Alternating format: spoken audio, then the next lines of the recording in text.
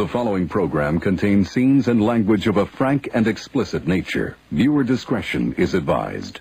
In 5, 4, 3, 2, live now.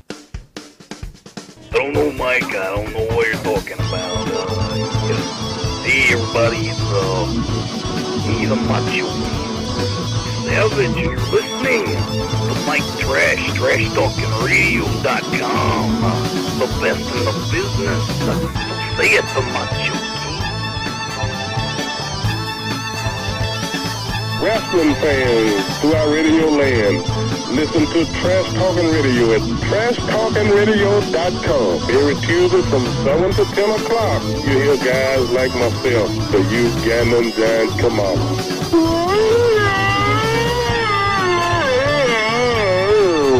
And that's my story. Using mere words to describe the Trash Talking Radio Show from 7 to whenever we get done is like using a screwdriver to cut roast beef.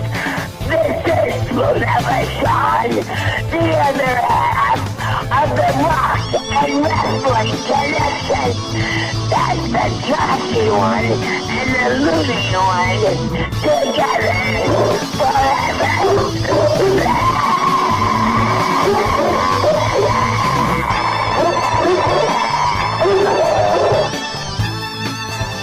Hello, ladies and gentlemen. This is Ivan Koloff.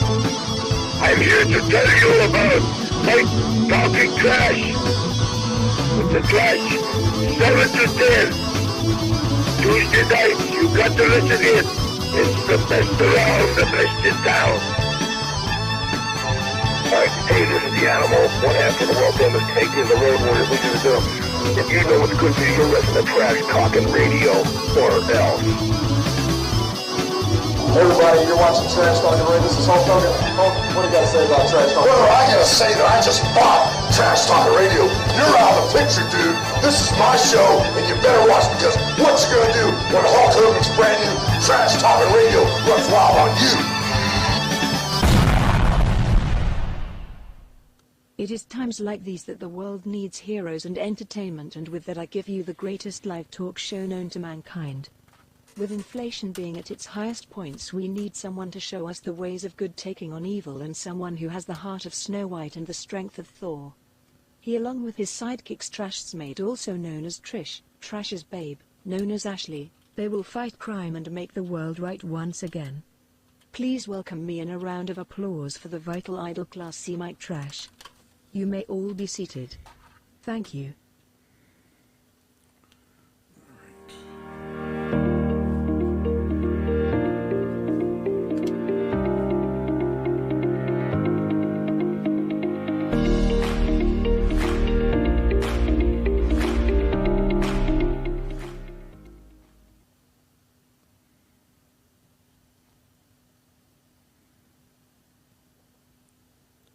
Trash Talking Radio Tuesday night. It's the best night of the week.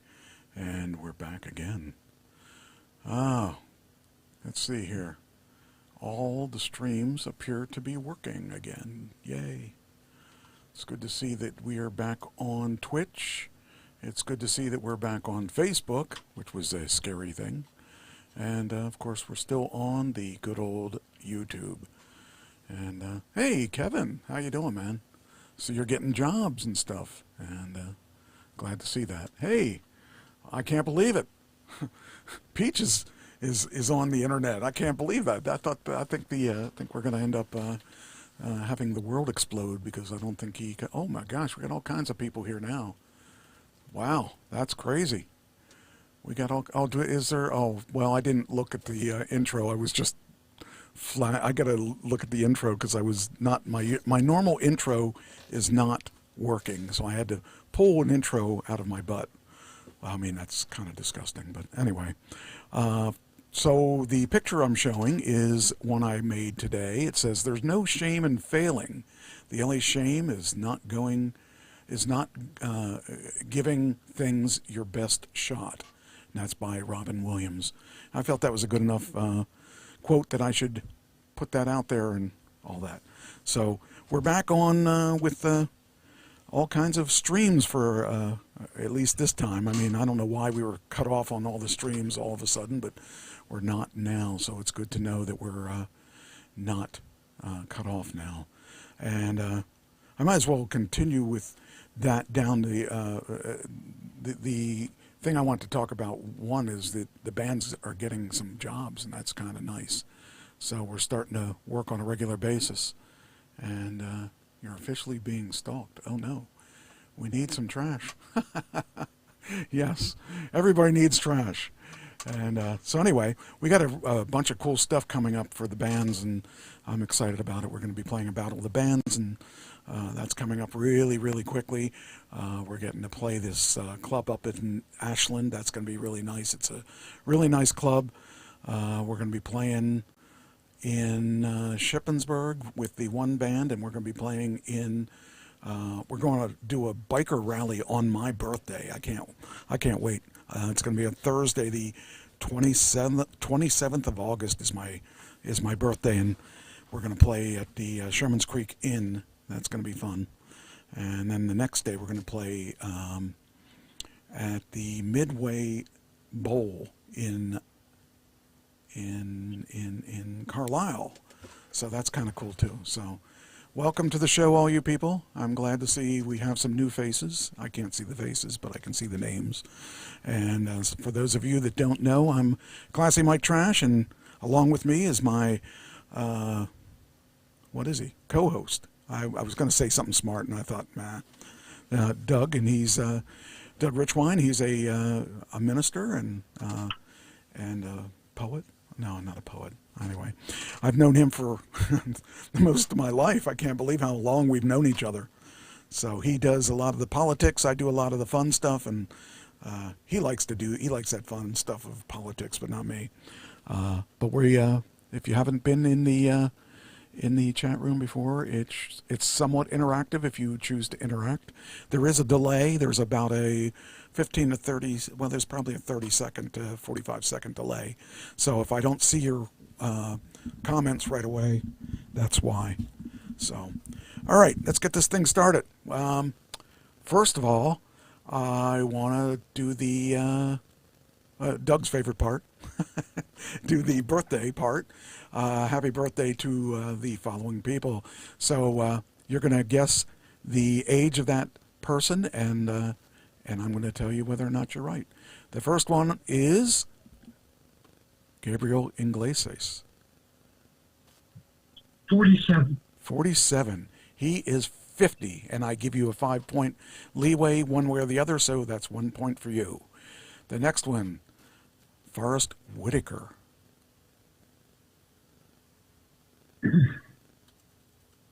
59.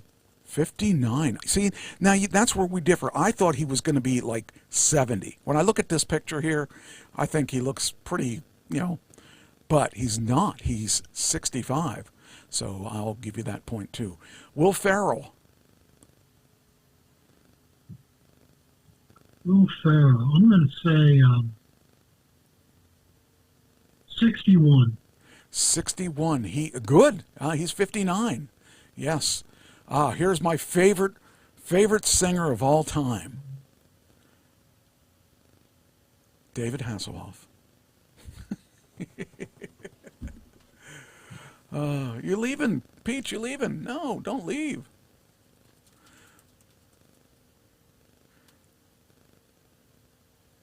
Let's see. He's been around for a while, so don't be afraid to go deep.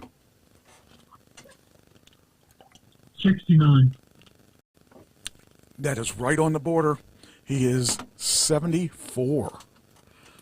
So, I didn't think he'd live that long because he was going through a time when he was drinking so heavily and stuff. And yeah, I was thinking he wouldn't be around this long. And for those of you that don't know, I write some scripts and stuff, and he's in one of my scripts. He doesn't know it yet, but anyway. All right, Luke Bryan. I had no idea what he looked like because I don't listen to his music. I have no idea who he is, so I'm going to say 39. All right, he's 50. He's a country guy. I couldn't pick him in a lineup because I've never seen him or listened to his music. But that was a. Anyway, Vin Diesel. Oh my!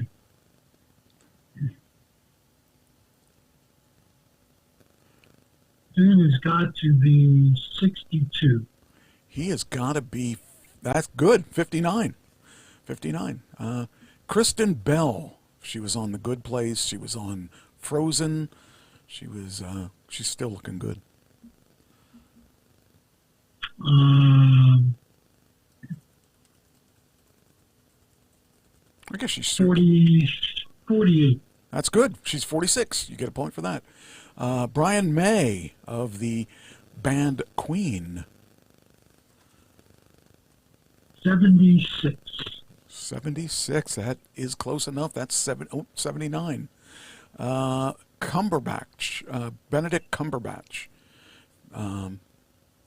He's been in a lot of movies. I think it wasn't he in, what was the name of that movie? He's Doctor Strange, if you are part of the Marvel universe. And I've seen him in a lot of things. 52. He is, 50, yeah. John Jones, the UFC fighter. Don't get this one wrong, he'll beat you up. Yeah, you will. 40. He is 39, yeah, that's good. And two more. Now, did you ever see those Allstate commercials where that guy rides the roof of the car and does all those weird things? Yes. Okay. Yes. His birthday is out. His name is Dean Withers. He was part of 30 Rock and Allstate Mayhem actor. And plus, if you watched, what was that show on HBO where everybody was incarcerated? He was in that too. Can't think of the name of it, but anyway. Wasn't Breaking Bad, was it? No, I can't think. For some reason, I'll remember it later on today. But I loved that show. It was everybody would go to jail and you'd see what they were like on the inside of jail. And my mind is like I can't remember. And nope, not Law and Order. What?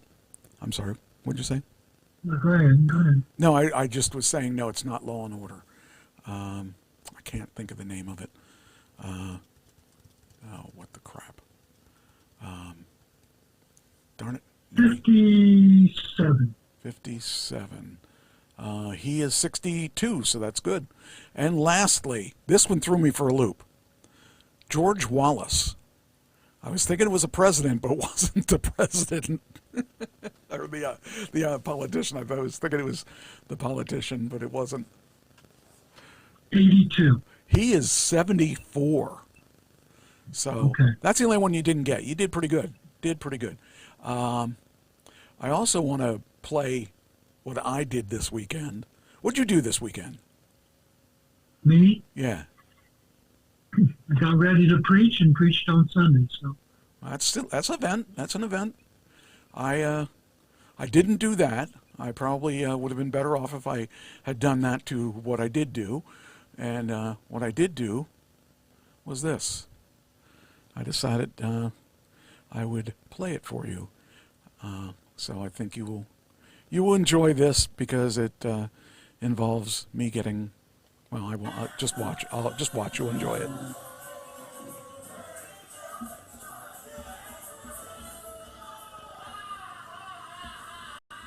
I was managing that guy.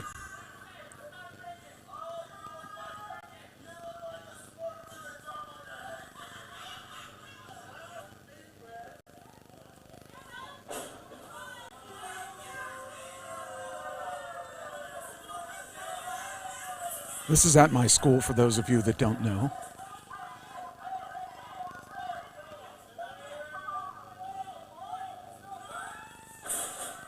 Oz, yeah, that was the name of the show, Oz.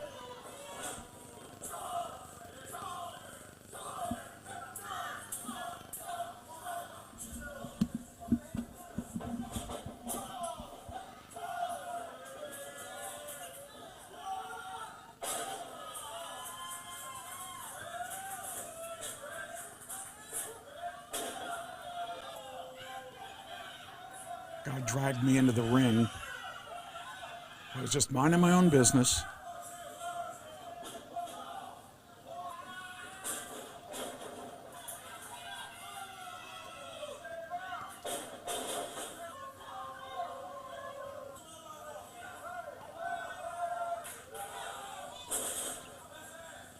It was a fun match.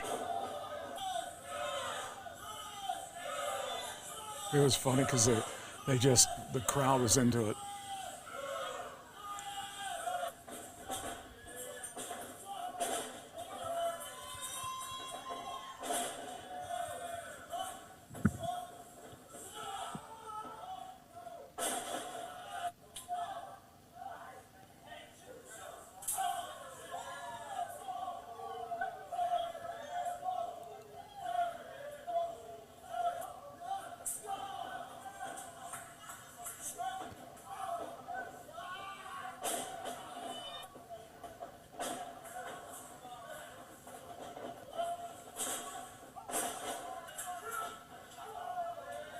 Minding my own business and the guy hits me.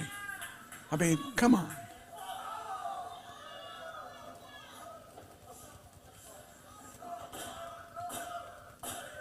That's what my weekend was. We had a good time. I didn't cheat. I see in there, he cheated. He didn't cheat. I mean, I didn't cheat. I wouldn't cheat. I believe in doing things by the book. So that's what I did this weekend. It was a fun weekend. Then we go straight to... I got so many stories. I got to figure out which ones to talk about. Vince McMahan and Janelle Grant lawsuit is ending. Apparently, they're going to private arbitration, which means that he's not going to admit to doing anything wrong. And so that he'll just pay her off. He's got billions of dollars. It's not a big deal to him to pay that much money off. So it's just kind of sad that, in a way, she got. I have very few thoughts about this because she agreed to do the things that she did, and then she came. He bought her a car.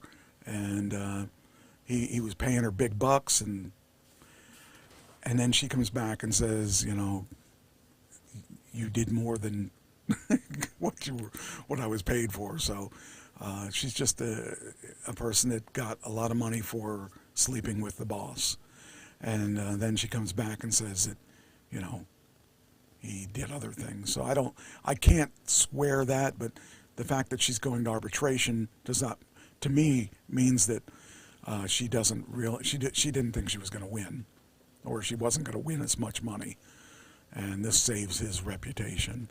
And Dave Meltzer, who is a writer for wrestling, came back and said that he wouldn't be surprised if Vince McMahon returns to the WWE with that end of that lawsuit.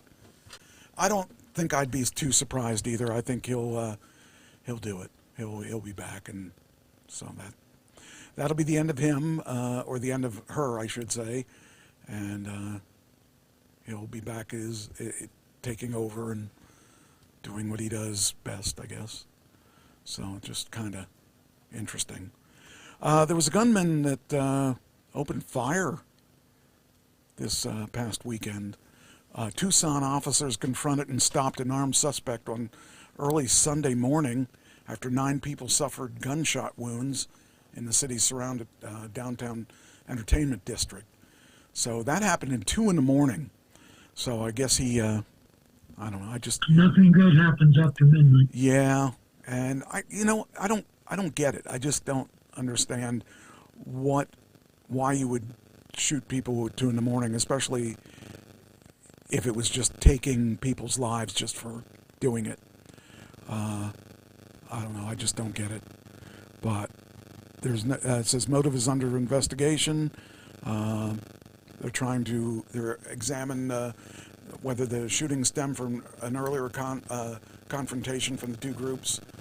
I don't know. I don't know what it was. I don't understand why people have to go out there and shoot at other people.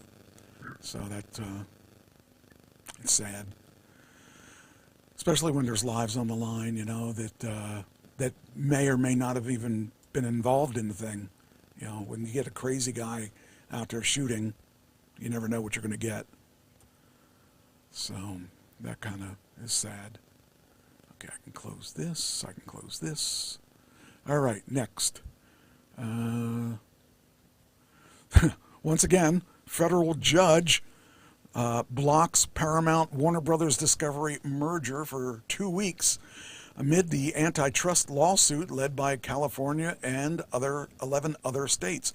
I don't see what's going on. I don't see. Maybe I'm just not as up on this stuff as I thought I was. But boy, this has gone on for a year and a half, whatever it is.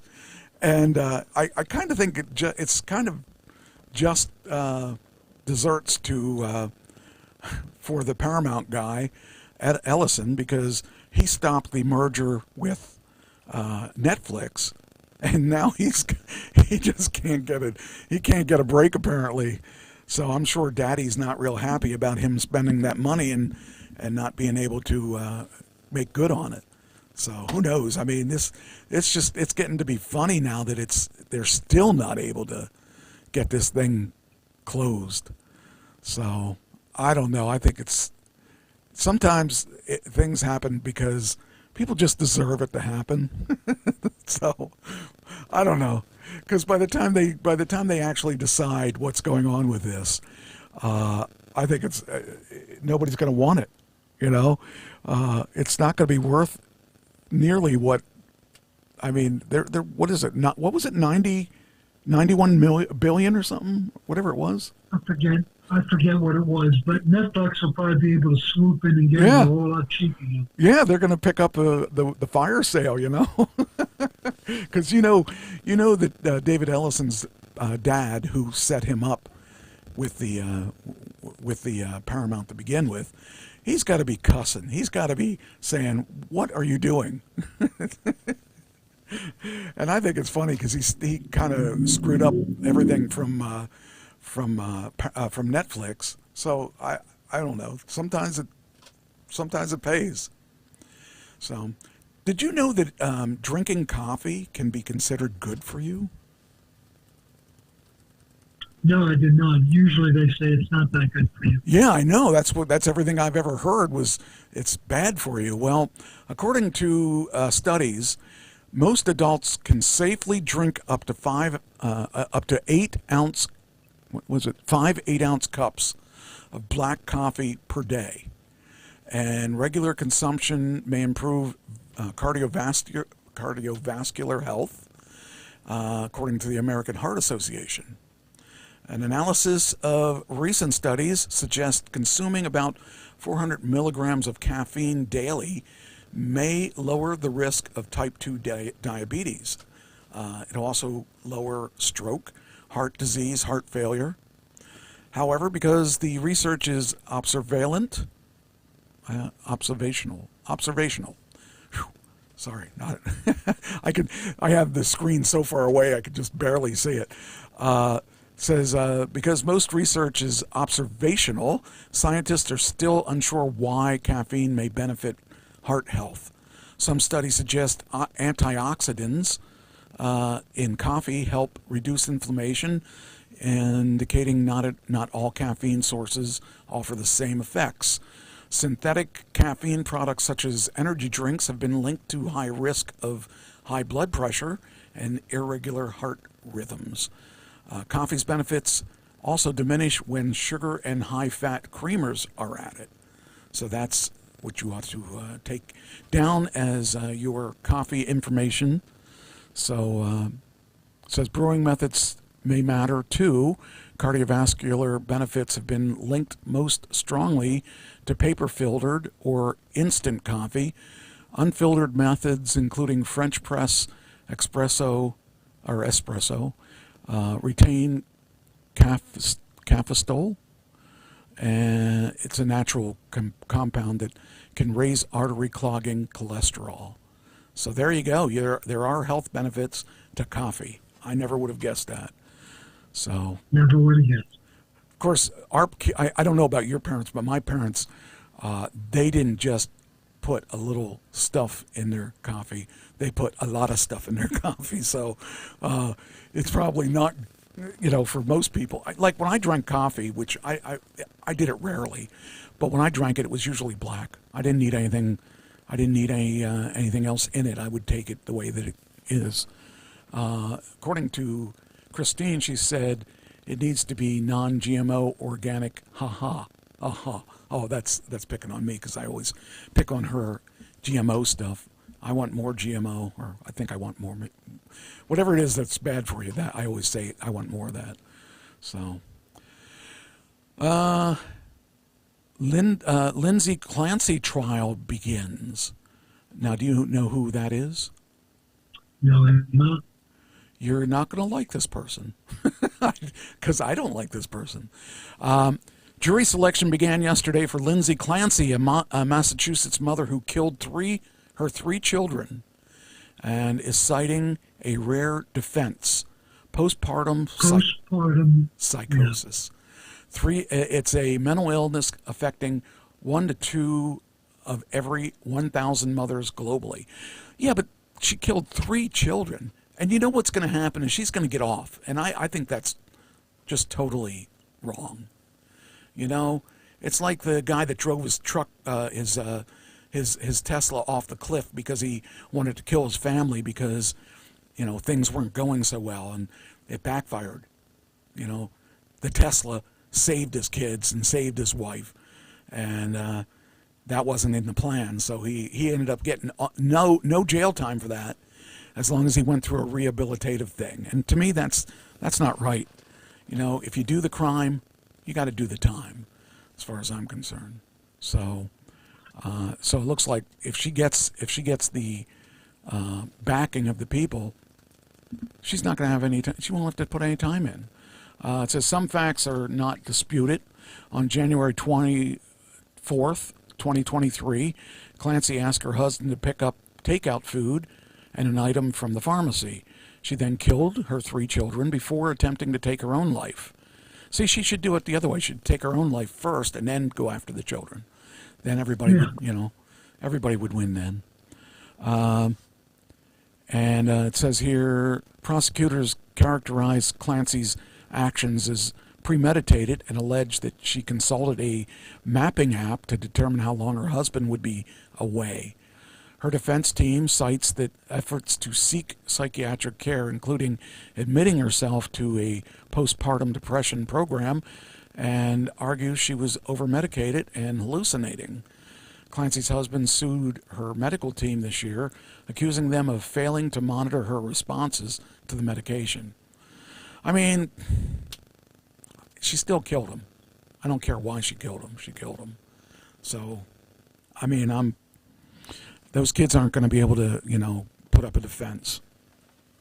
So as far as I'm concerned, she should have died. And it's probably going to go to, it's a jury trial or just a judge? It doesn't say. I'm thinking, I would imagine they would have to have a jury charge on that, don't you? I mean, they didn't say that, but that's... Well, I would hope so, because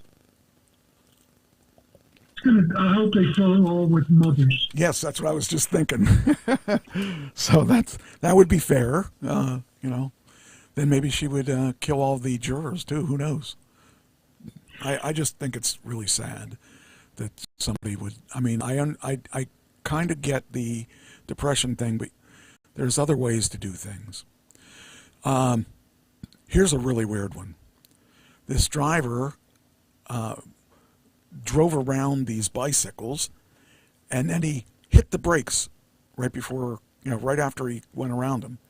A 28-year-old professional boxer died Saturday morning in Texas after a driver allegedly slammed his brakes, then rapidly accelerated backwards and struck her bicycle with enough force to shatter his rear window.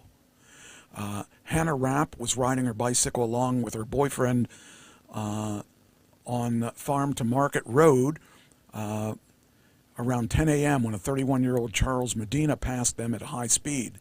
Coming within 1 foot of the cyclist, the boyfriend threw his arms up and yelled at the driver, prompting Medina to slam on his brakes, then skid to a stop before shifting into reverse, according to the probable cause statement filed by Deputy Sheriff Mike Stumpf.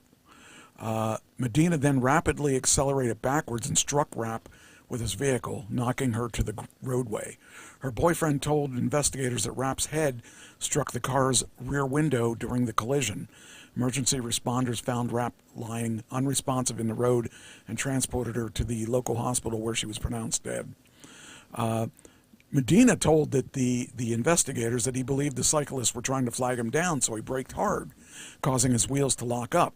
He claimed he did not see Rapp when reversing until the last moment and stated he was traveling at 15 miles per hour. However, physical evidence at the scene told a different story. Medina's 2008 Honda displayed a crushed hatch and shattered rear window. Skid marks showed he slammed his brakes before accelerating in reverse. Deputy Stumpf noted that the angle of the reverse skid marks appeared as if Medina was steering towards something while backing up. The physical evidence contradicted Medina's claim about his speed. Authorities arrested Medina and charged him with manslaughter. He remains held at the Brazos County Detention Center while investigation continues. I think there's no doubt in my mind anyway who's at fault for this. So he can say what he wants, but I'm pretty sure he did the deed. So what is with people? I mean, everyone just needs to buy a Tesla. Road rage. They need it. My road rage has gone down so much since I got my Tesla and it self-drives. I don't have road rage anymore. I just sit back and enjoying the scenery. So it's really a shame. Spain and Argentina were in the World Cup finals. Did you see any of it? I did not. So you don't know who won, do you? I'm not a football fan, so. Okay. Who do you think Spain won? Spain won. They did win. Yes, they did. Spain won. Argentina 1-0. 1-0. Yeah. 1-0, Mike. That had to be that. You know, I'm not a big soccer fan, but I will tell you, if it was 1-0, it had to be a pretty good game. Because that was Actually, it was boring. They told me. Oh, okay. Okay. All right. Well, it's boring then. I don't know. If you like American football, where there's a lot of scoring, and then you go to soccer. Yeah. They drop. Yeah. Oh, it was. But if you love soccer, it was probably a great match. Yes. My commercial was supposed to play. I don't know. I couldn't find it. I didn't watch the whole thing. I couldn't watch it. I was busy. But yeah. I did find one commercial by them, but I don't know that. I mean, they made like 10, 12 commercials. Okay. So FBI busts gamer. Thousands downloaded the trap. So federal agents arrested a 21-year-old Florida man accused of orchestrating a sophisticated malware conspiracy that infected 8,000 video game players and drained $220,000 in cryptocurrency from unsuspecting victims across the country. You know, even you would think that gamers would look out for gamers, but I guess that's not the case. This guy, Zaire Dontavius Zamanian Wilkins of North Lauderdale? Yeah, North Lauderdale. Yeah. Finance marketed 8 video games infected with malware between May 2024 and February 2026, according to the 15-page FBI criminal complaint filed in Seattle federal court. The infected games, including Blockbusters, Dashverse, Lunara, and Pirate FI, were distributed through a popular digital platform that court documents strongly suggest was Steam. That's a problem because, I mean, kids that are gamers, they live on Steam. So I don't know. Yeah. So anyway. So explain what Steam is. I have no Okay. idea. So Steam is a central place for gamers to go to play against each other, and you can play by yourself on Steam too, but you don't actually download the software per se. You stream to that and play on their servers. So you don't have to have a high-powered computer to do it. You just have to have a good internet connection. But this guy here found a way to infect those games and then steal their cryptocurrency. So me being a guy that a year ago had been having his identity stolen twice, I'm a little sensitive about this stuff. I think he deserves the same fate that the woman that killed his kids or killed her kids gets, because you don't Not mess. quite the same. It is in a lot of ways, because it destroys everybody's world. I mean, the father was destroyed when his kids died. Well, if all your money's in cryptocurrency and they took all your money, they've destroyed your life. So I put that on the same. Okay, it's not exactly the same. You can make money back, but you can't make the kids back. But still, it's just an evil thing. It's a sophisticated criminal operation. It says Wilkins communicated with the malware's primary developer using the handle CyboEth on a cryptic messaging app called Signal, which if you use, you shouldn't use anyway, because it's loaded with people that like to cheat people.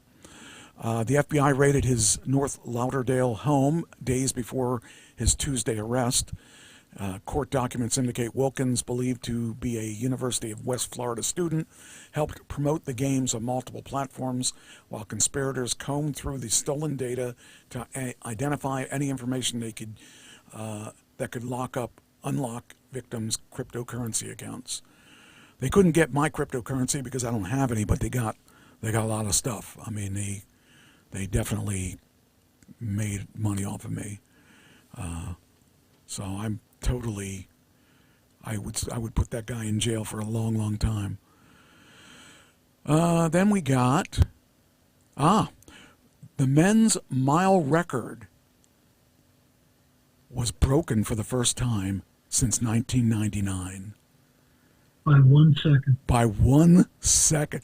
Can you imagine how hard that had to be to, if you're doing this? I'm sure they didn't do it for that reason, but it's got to be really cool to be able to, like, say that you were the one that broke this record. 26 years or whatever, 27 years that record's been there. This guy broke it. Josh Kerr, the British runner who helped stoke revival in middle distance drama on the track, added a new chapter Sunday by winning the mile in 3 minutes, 42.66 seconds to break a 27-year-old record for the distance. Man, I couldn't drive that fast. I can't imagine that. That's a lot of... I mean, it's really cool because it's not been done. I mean, no one's been able to do that. So, more power to them. It's really kind of cool that happened. Let's see. The Odyssey earns $124.5 million at the box office. Third best opening this year after Toy Story and the Super Mario Galaxy movie. That's kind of cool. Let's see. Odyssey is a 3-hour movie, Mike. It's hard to watch. Is it? Oh, I didn't know it was that long. Wow. That's crazy. Oh, it's Christopher Nolan, though. Christopher Nolan, he's the one that did the Batman. And I like his stuff, but I don't know if I'd like a 3-hour movie. It's weird because movies are, back in our day, they were 90 minutes. And now they inched up to like 2 hours. then I see if you watch a Tom Cruise movie, you're going to be there for 2:15, 2:30, and now 3 hours. That's a lot of time to sit in that seat and watch it. I don't know. I just think it's. But I mean, if the movie's good enough, I'm 70. I'm 70, Mike. That's a lot of trips to the bathroom. Yeah, and you gotta make sure you use the best of that time, the time that you have left. What about this Tasmanian flagged tanker that was taken hostage by Somali pirates? Did you hear about that? Yeah, I didn't hear about that. No, I did not. Oh, you didn't? Tanzanian tanker. Okay, back up here. Come on. Here we go. It says here, Tanzanian. Tanzanian, right? Yeah. I think I said Tasmanian before. Tanzanian flagged tanker was hijacked by suspected Somali pirates off Yemen's coast. Security sources and local officials familiar with the incident said Sunday. The commercial tanker has been moved to waters off Somalia, northeastern Bari region. The Mount Asana. A general tanker was seized on Friday after departing from Mukalla. I guess that's Yemen. And it says the vessel is now being held off the coast of Kalula in a semi-autonomous state of Puntland Bari regions. So that's really strange to see. I mean, I didn't realize Somali pirates were still out there doing their thing, so I guess they are. I thought Tom Hanks had taught them about cheating, taking tankers away. But I guess they didn't learn their lesson. Didn't watch that episode. I guess not. Well, the thing is, it's so weird to think about these Somali pirates. They come in these speedboats and stuff, and it's so weird to think that the boats aren't better equipped for this. They go fast and they have weapons. Yeah. That's the problem. And the people on the ship don't have weapons. Right, that's what I'm saying. It's really strange to think that these people don't have any weapons to help themselves with, and that's kind of scary. So I feel bad for the people that get taken by that, because the Somalians, they don't care. They just and most of those guys don't even eat. I mean, you see them, they're all skeleton bones, So says it's not clear how many crew members were on board the tanker or whether anyone had been injured. There was no immediate information on the nationality of the crew. So the hijacking is a series of attacks attributed to Somali pirates whose activities have resurfaced in the Gulf of Aden and Western Indian Ocean after years of recent relative inactivity. So hopefully that'll be taken care of. I guess they could do it now because everybody's got their attention elsewhere. So I don't know. Okay, so that's that. Can get rid of all that. What else we got here? Oh, I thought I deleted that. All right. So Gus, the fossilized Tyrannosaurus Rex, was sold recently. How much do you think he went for? $100 million. Well, okay, you did better than I thought you would do. I didn't think you'd be that high. $50.1 million. And I didn't know what a T-Rex is worth these days. I haven't followed the stock market on the T-Rex. It says here at Sotheby's, said that the 67-million-year-old fossil nicknamed Gus is now the most expensive set of dinosaur bones ever auctioned off, besting the $45 million price tag for a nearly complete Stegosaurus sold by the same auction house in 2024. The previous record holder had been the Tyrannosaurus Rex skeleton nicknamed Stan that sold for nearly $32 million. We're in the wrong business. We are. Let's dig up some bones and see what we can get for them. I can get some chicken bones. I think we could probably get some money off of that.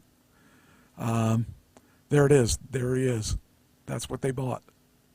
Oh, guess we can't see that since they got rid of it. Now, something that's cool is that we can compare the different dinosaurs. I never thought about this because, you know, we're just humans. But here is a chart. And so here here's man. You can't even, how do I get him up? I gotta make it a little smaller. I'm gonna get rid of our banner so we can see.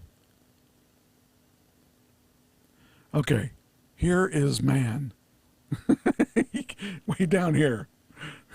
Pretty insignificant. Yeah, and so all these guys are huge except for these two guys here, which are down here. And they're little, and everybody else, we're looking in serious trouble, man. So there we go. You can have all these big old dinosaurs, man. See, now that's the thing that's cool about this. Fred Flintstone got to ride the back of all these to get off the after the quarry. Yeah. That would be fun. So I just can't imagine how big they were and how small we were. Just imagine that. Because, I mean, he's probably the size of an elephant, if you think about it. Oh, yeah. Yes. And the rest of the guys, I mean, if these guys were really, really, truly that big, I mean, we had, I'm surprised that we're even around. Because I guess some of these guys were vegetarians, but that's a lot of animal up there. So I got this and I thought, wow, that's cool. I never thought about how big we were compared to them. So, yeah. Makes us feel that makes us feel insignificant when you realize that they're so much bigger than we are. So I found that funny though. Okay, so we got that. Then what do we got here? Did you know that? Okay, this. I found this fact, and I really never thought about it, but princesses, Egyptian princesses. How much do you know about Egyptian princesses? Not too much, Mike. Well, I'm going to tell you some stuff you didn't know. Ancient Egyptian princesses were skilled archers and warriors. We can actually, it says with photos. Let's see what photos they got. According to an analysis, okay, so these are some of the weapons that they used. It says here, according to analysis of nearly 4,000-year-old royal remains published this week. So these are the royal remains. I'm surprised that they're even in that good a shape, because you figure they were, 4,000 years old. That's crazy. And so according to this, the 5 princess mummies examined in the study were found in the 1890s, buried with bows and arrows, maces, and lapis lazuli adorned dagger.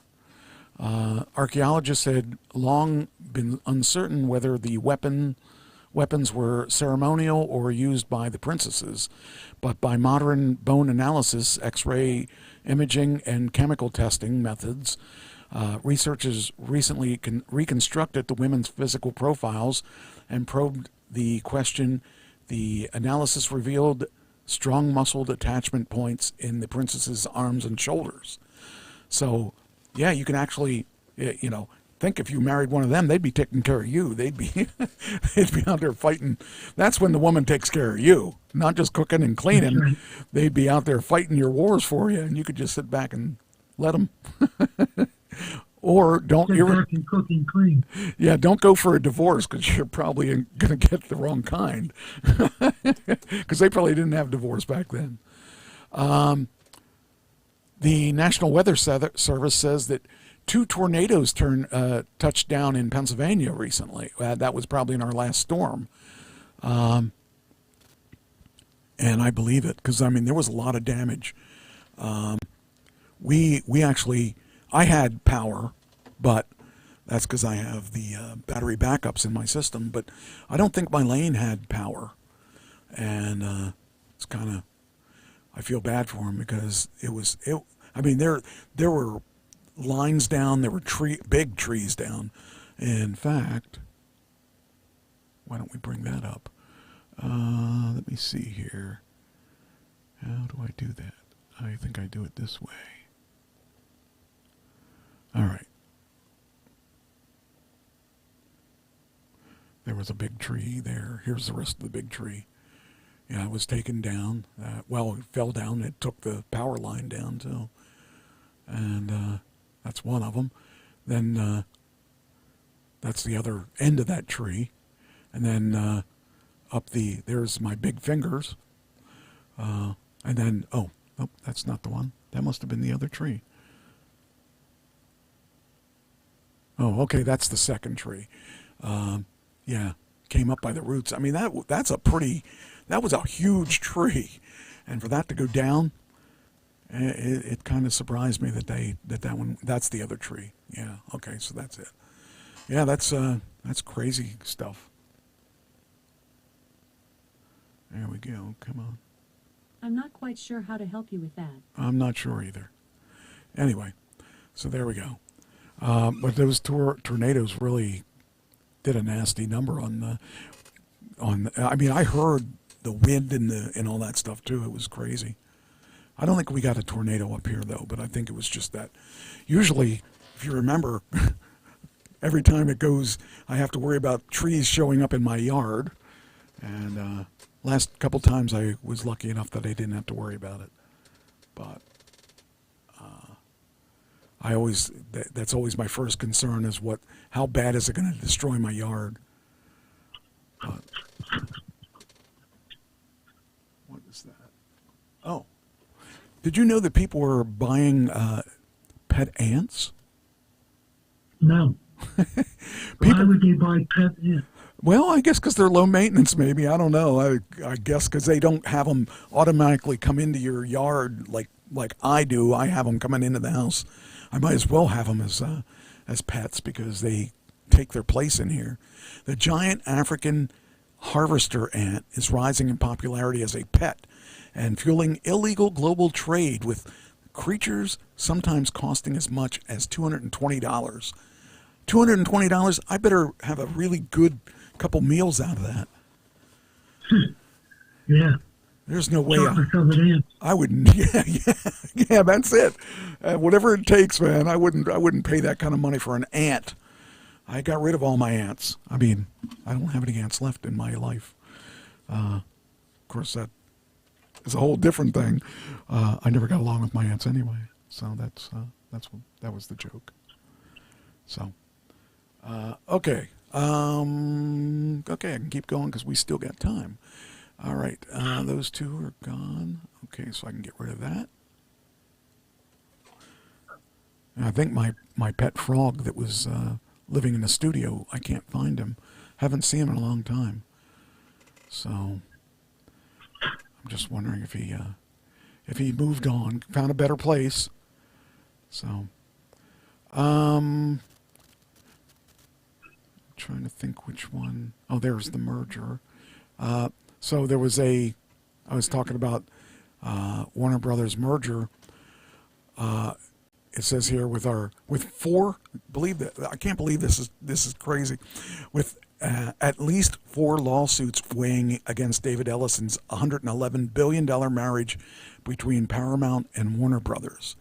Winston Cho looks closely at the courtroom that could add costly delays, at the very least, to the deal. It's a temporary restraining order, if a temporary restraining order is issued, a mini trial will follow whether the court should hand down to a preliminary injunction preventing Paramount from integrating or communicating assets and operations with Warner's until the case is decided. If granted, there will be a major financial repercussion for the company under the terms of the deal. Warner's shareholders are owed roughly $650 million per quarter, or $6.9 million per day if the deal isn't done by the end of September. To me, that is so weird to think that that's still going on. And I don't know. I think if they don't make the deal, Paramount is in danger, and so is Warner Brothers. If they do make a deal, they still may be in trouble because how long it took to do it. Because they're losing tons of money when this is like this. So, Allison figured he'd be showing Warner Brothers movies by now. Yeah, and that was I think it's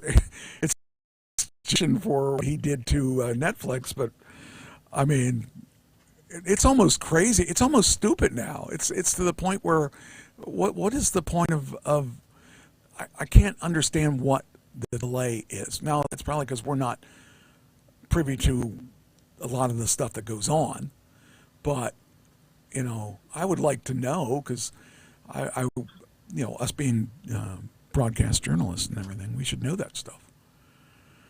Taco Bell, they're confirming the source of the diarrhea causing parasite. Did you hear about this? Yeah, but I didn't know they had confirmed it. Yes, I just got this, I don't know what day, but federal health officials say shredded iceberg lettuce is partly responsible for the cyclosporiasis, or whatever that is, outbreak in 34 states. Investigators traced the parasite to a single supplier in Mexico that supplies lettuce to Taco Bell locations in 5 states, including Michigan, which has reported over 4,300 cases, the largest total in the country. So let's look at their state-by-state breakdown, see if either of our states are in there. Curiosity has me. Could it be cyclosporiasis or whatever? Okay, let's see. How do we know? Okay. Oh, that seems to be some good deal there. I don't... Oh, here we go. Okay, tell me what the chart means. Well, Michigan was one of them, right? Isn't that what I said? Was Michigan? I believe so. Michigan. So it's probably these where's Michigan? There's Michigan. No, where's Michigan? There it is. The dark blue. The dark blue. That means it's I'm safe. You're not. I'm not. You're not in the worst part. You're just in a part. The number has been 177 cases in your state. There's been 11 cases, 11 to 30. That's a big gap. You can't say 11 to 30. that's like saying 1 to 5, 1 to 15. What about these guys out here? Oh, they have nothing out there. Minnesota, 1 to 10. 1 to 10 for Iowa. So the big ones were Indiana, Michigan, New York. That's part of Michigan too. I ought to go back to school. I don't know my geography. And North Carolina. That's a weird gap though. The rest of these countries, the rest of these states, they do have some. Your state does have 177 cases. So too much taco. I think all our Taco Bell's closed anyway. I don't know. Maybe I know they closed a lot of them, so I don't think we have any. Tacos are everywhere out here. They used to be out here a lot too, but they closed a lot of them down. And I don't think it has anything to do with this thing. So you can have the floor now. Well, We're at war with Iran for the 10th night in a row. Yeah, isn't that Tonight crazy? will be 11. What do you think? Yeah. Do you think we're, do you think there's an end game here? Do you think we have a chance to actually, see a resolution? I don't know what the end game is. I know that Trump doesn't want to negotiate anymore. Yeah. Because they're not trustworthy. No. So he's ramping up the destruction, hoping that they bend to his will. Wow. What's happening now is big tankers are flying from the United States to Israel and to Jordan, and I believe it's Bahrain. Anyhow, that is indicative of doing extensive sorties, which is flights. So in other words, when you want to build up to something big, you send in the tankers. So people that have been tracking, because you have tracking apps, you can get it on your phone. Oh, wow. Tracking apps to track this stuff. That's crazy. And people that track it say that all the tankers in America are in the Middle East right now, or a good portion of them are in the Middle East right now. Wow. So that means we're really gearing up to strike. The other thing is Israel has not been involved in these last 10 days of military action. The theory is that Trump is going to unleash Israel, because Israel wants to decapitate the ARGC, decapitate the Burj, and decapitate the imams. They want to take them down. See, the top two levels are gone. Okay. They're operating on third string now. They want to take out the third, the fourth, and the fifth string.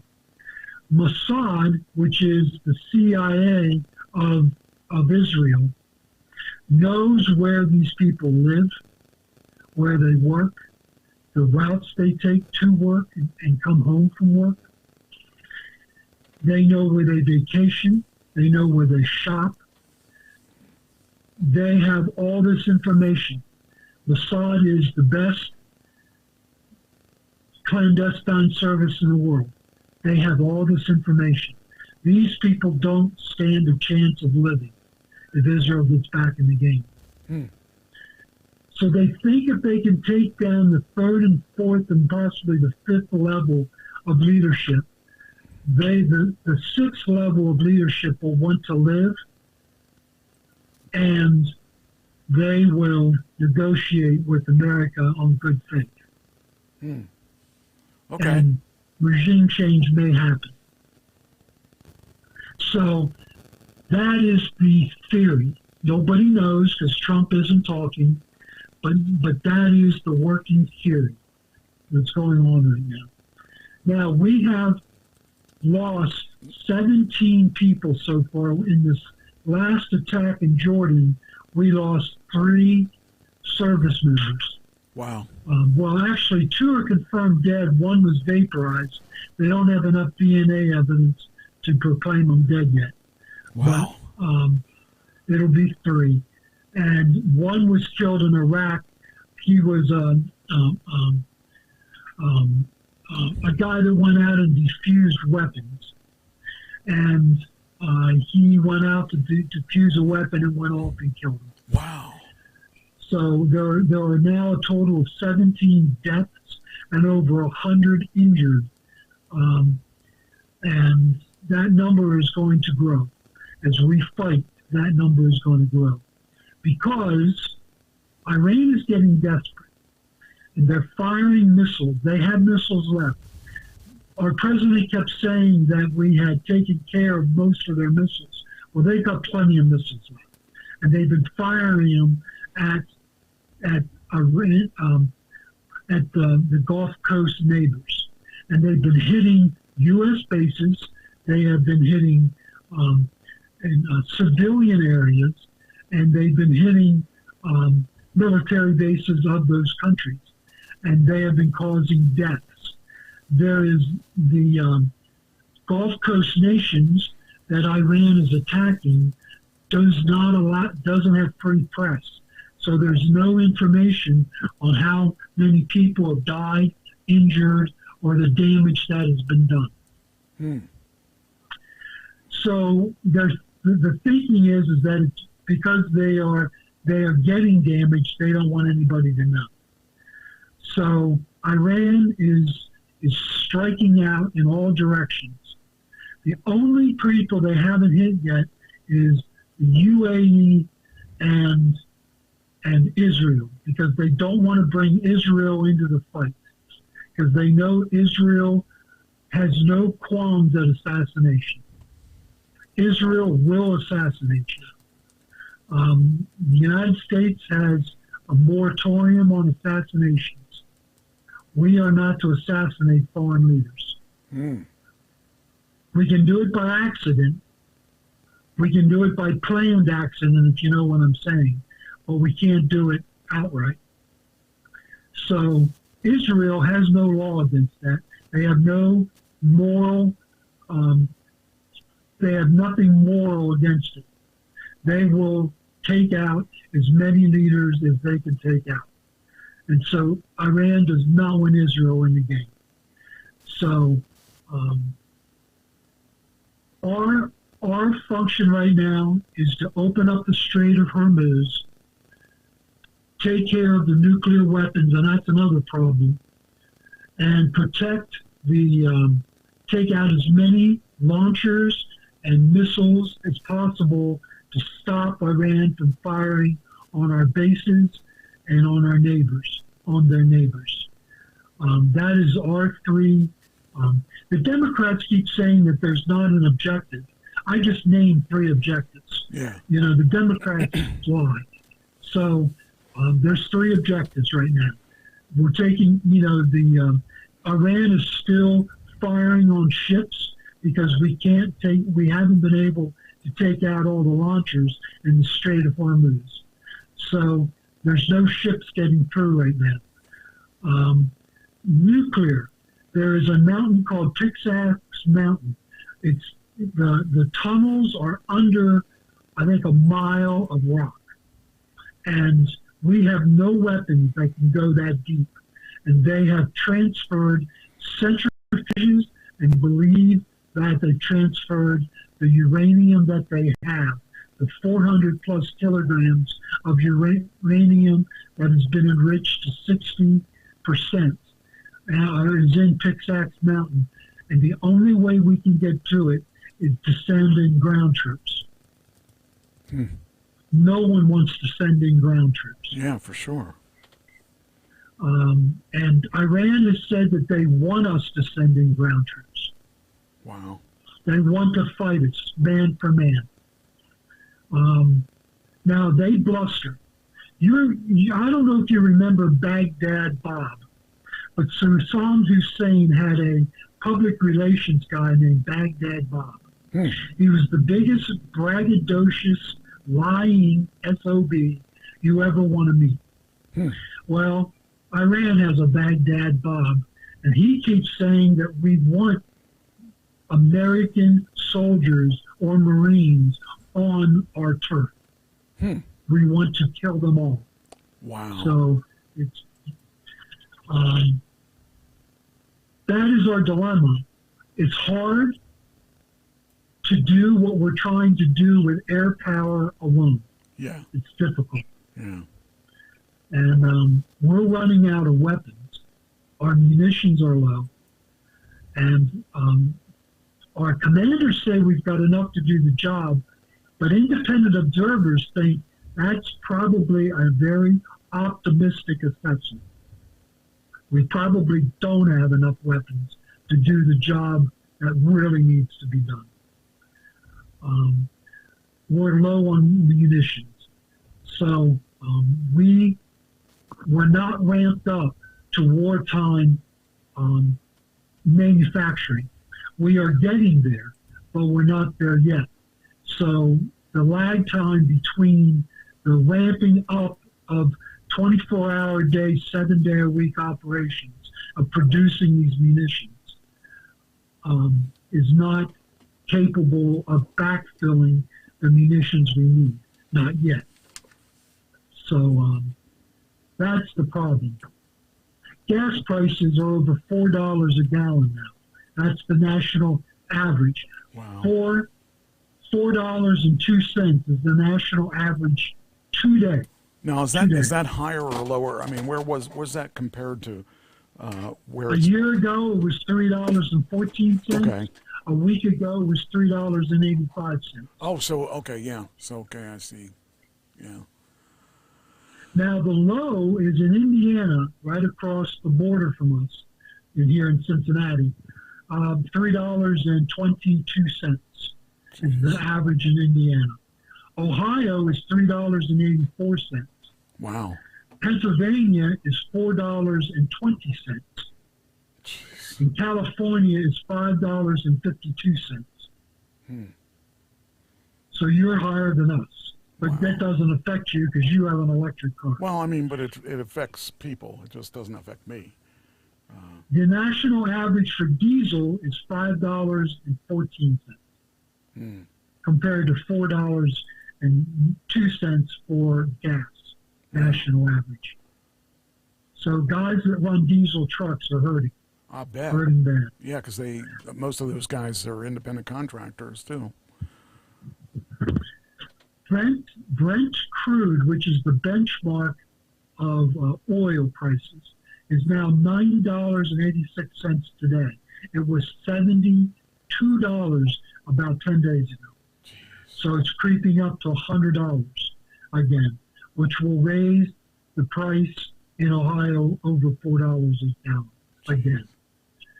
We're, around here, we're about $3.77 to $3.79. I live in a town that's 8 to 10 cents higher than all the towns around. Jeez. So our community in Cincinnati, we're a bedroom community of Cincinnati. It's higher with us than anywhere else in the area. Don't know why, but you drive to another area to get your gas. You don't get your gas local. That's so weird. Oh, man. If you need gas, you put $5 in local and then drive 20 minutes to get cheaper gas. Yeah. Jeez. That's what you do. So, let's see here. The Pentagon says Iran has launched 8,500 drones and missiles since February 28th, when the war started. So they have a lot of missiles and drones. Jeez. The Houthis, okay. Iran has proxies. These are militant organizations that owe their existence to Iran and does Iran's bidding. In the north of Israel, it is Hezbollah. In Gaza, it's Hamas. To the south is the Houthis in Yemen. The Houthis have now decided they're going to get into the fight and stop a strait that comes off the Suez Canal, and they're going to shut it down. And Trump said that he will take care of the Houthis. How's he going to do that? Nobody knows. But he says he's going to take care of the Houthis if they shut down the strait. But that's just complicating things and will take our munitions even lower. The Pentagon is running out of money. Yeah. They're asking for $67 billion to fund the war.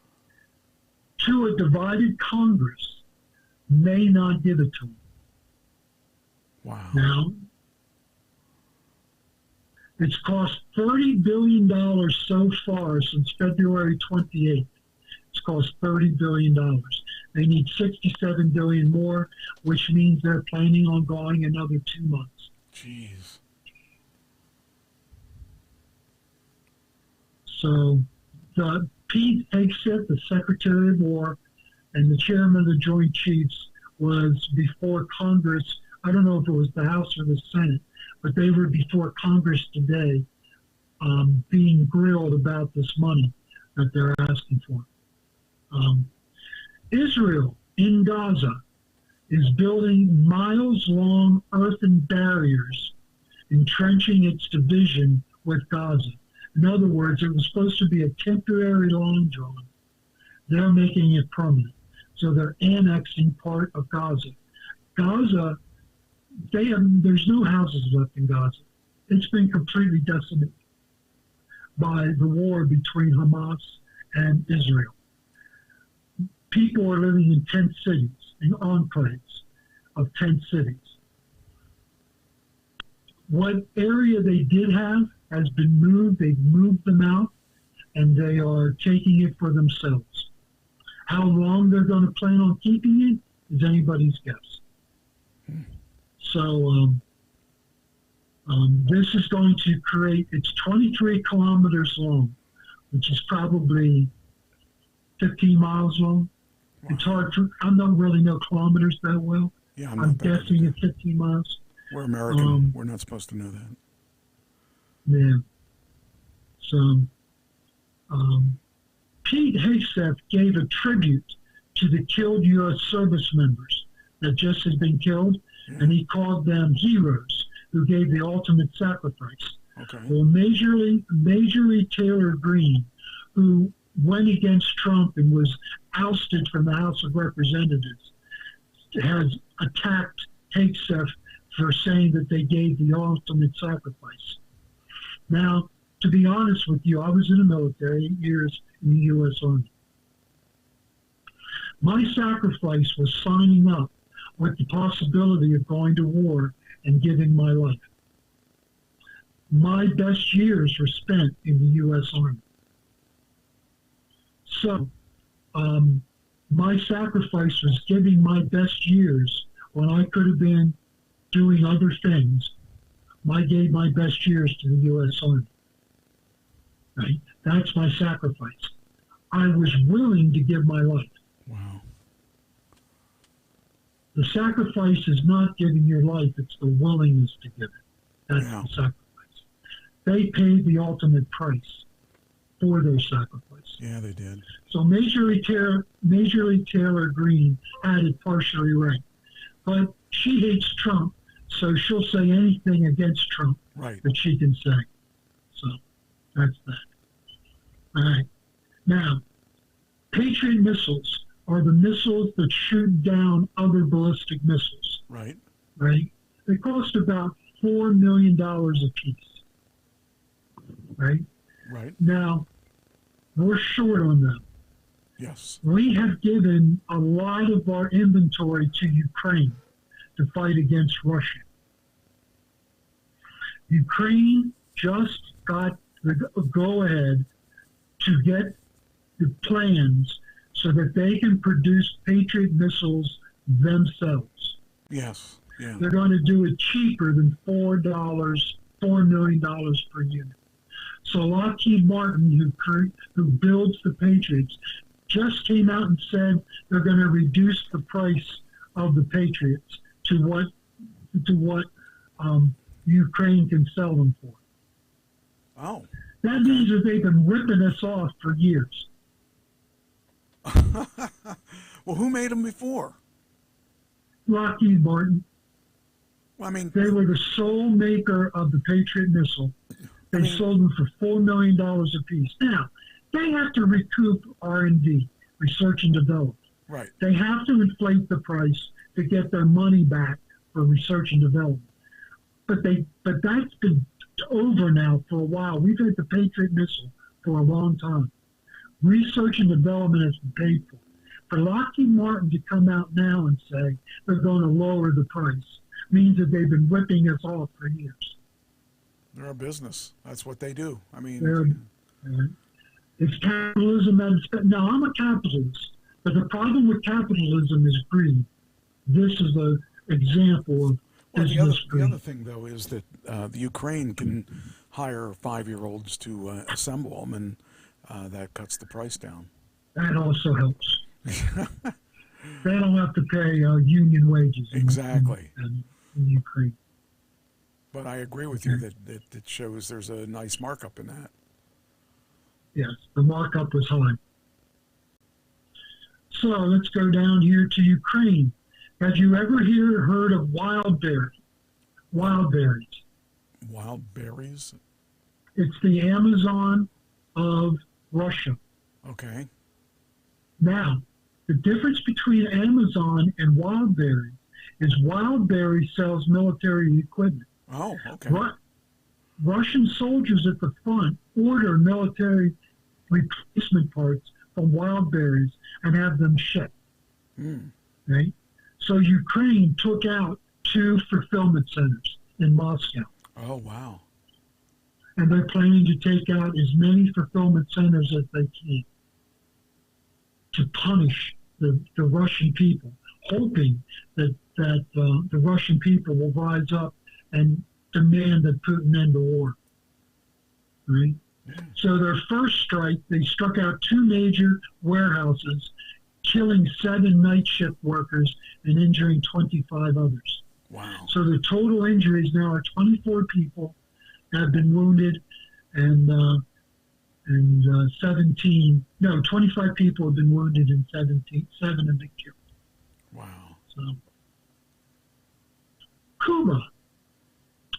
Cuba has infiltrated the highest levels of the United States government.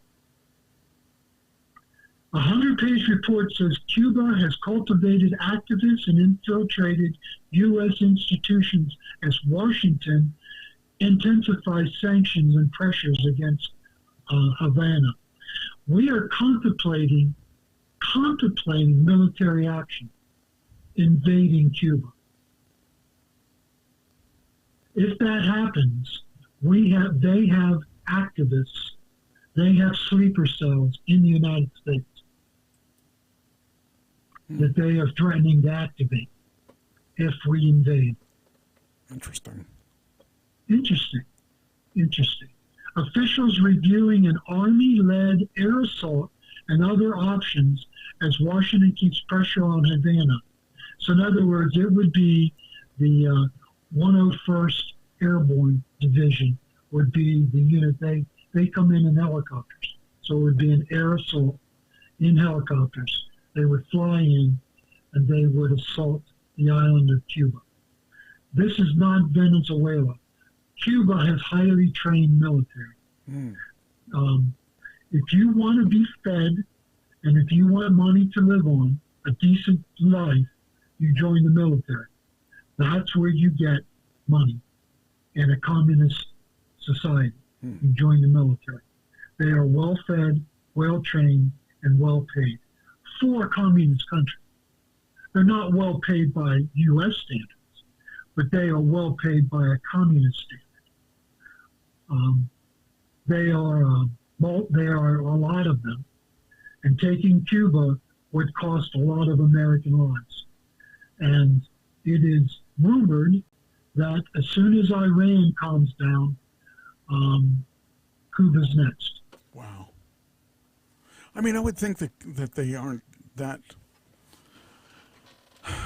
I mean, I'm not scared of them as much as I am Iran, because Iraq or Iran, because they don't seem... I mean, they're a small country, and we kind of know where they're at, and we know how to get rid of them. I don't know. Maybe they are more dangerous because they're closer to us, too. They supposedly have drones that can reach Miami. 300 miles to reach Miami. Well, actually 90 miles. But they can reach the interior.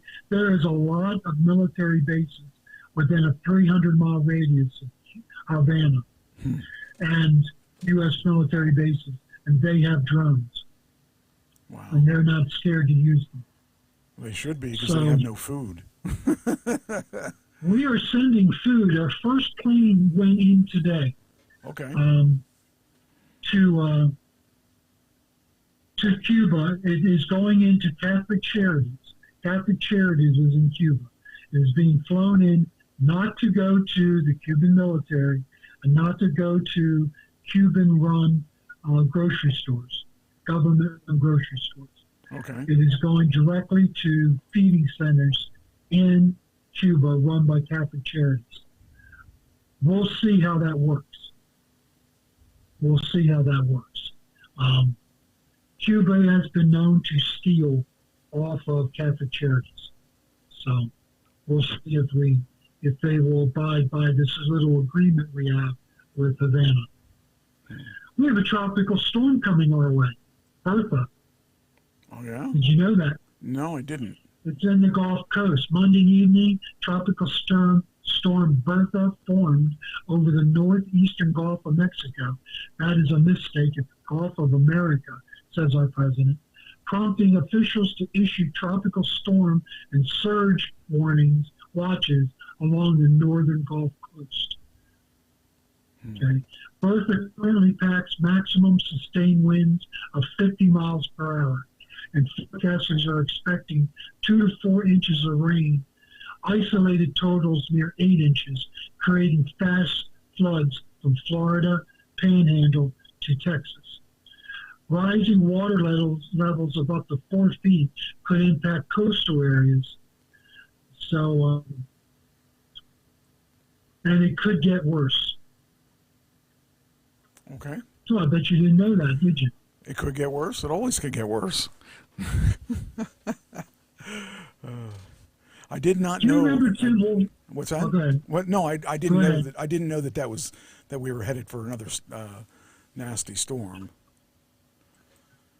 We are in the first month of hurricane season. Okay. So, yes. I'm spending a week in September in Alabama at the beach. Oh boy, that'll be fun. Right in the middle of hurricane. I was going to say that's usually a pretty dangerous place to be.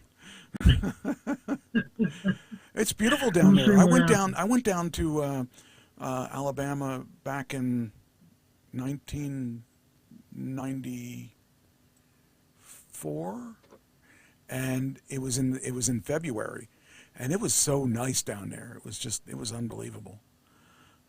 We could walk around and not they were walking around in coats, but I didn't think it needed a coat. I thought it was pretty nice.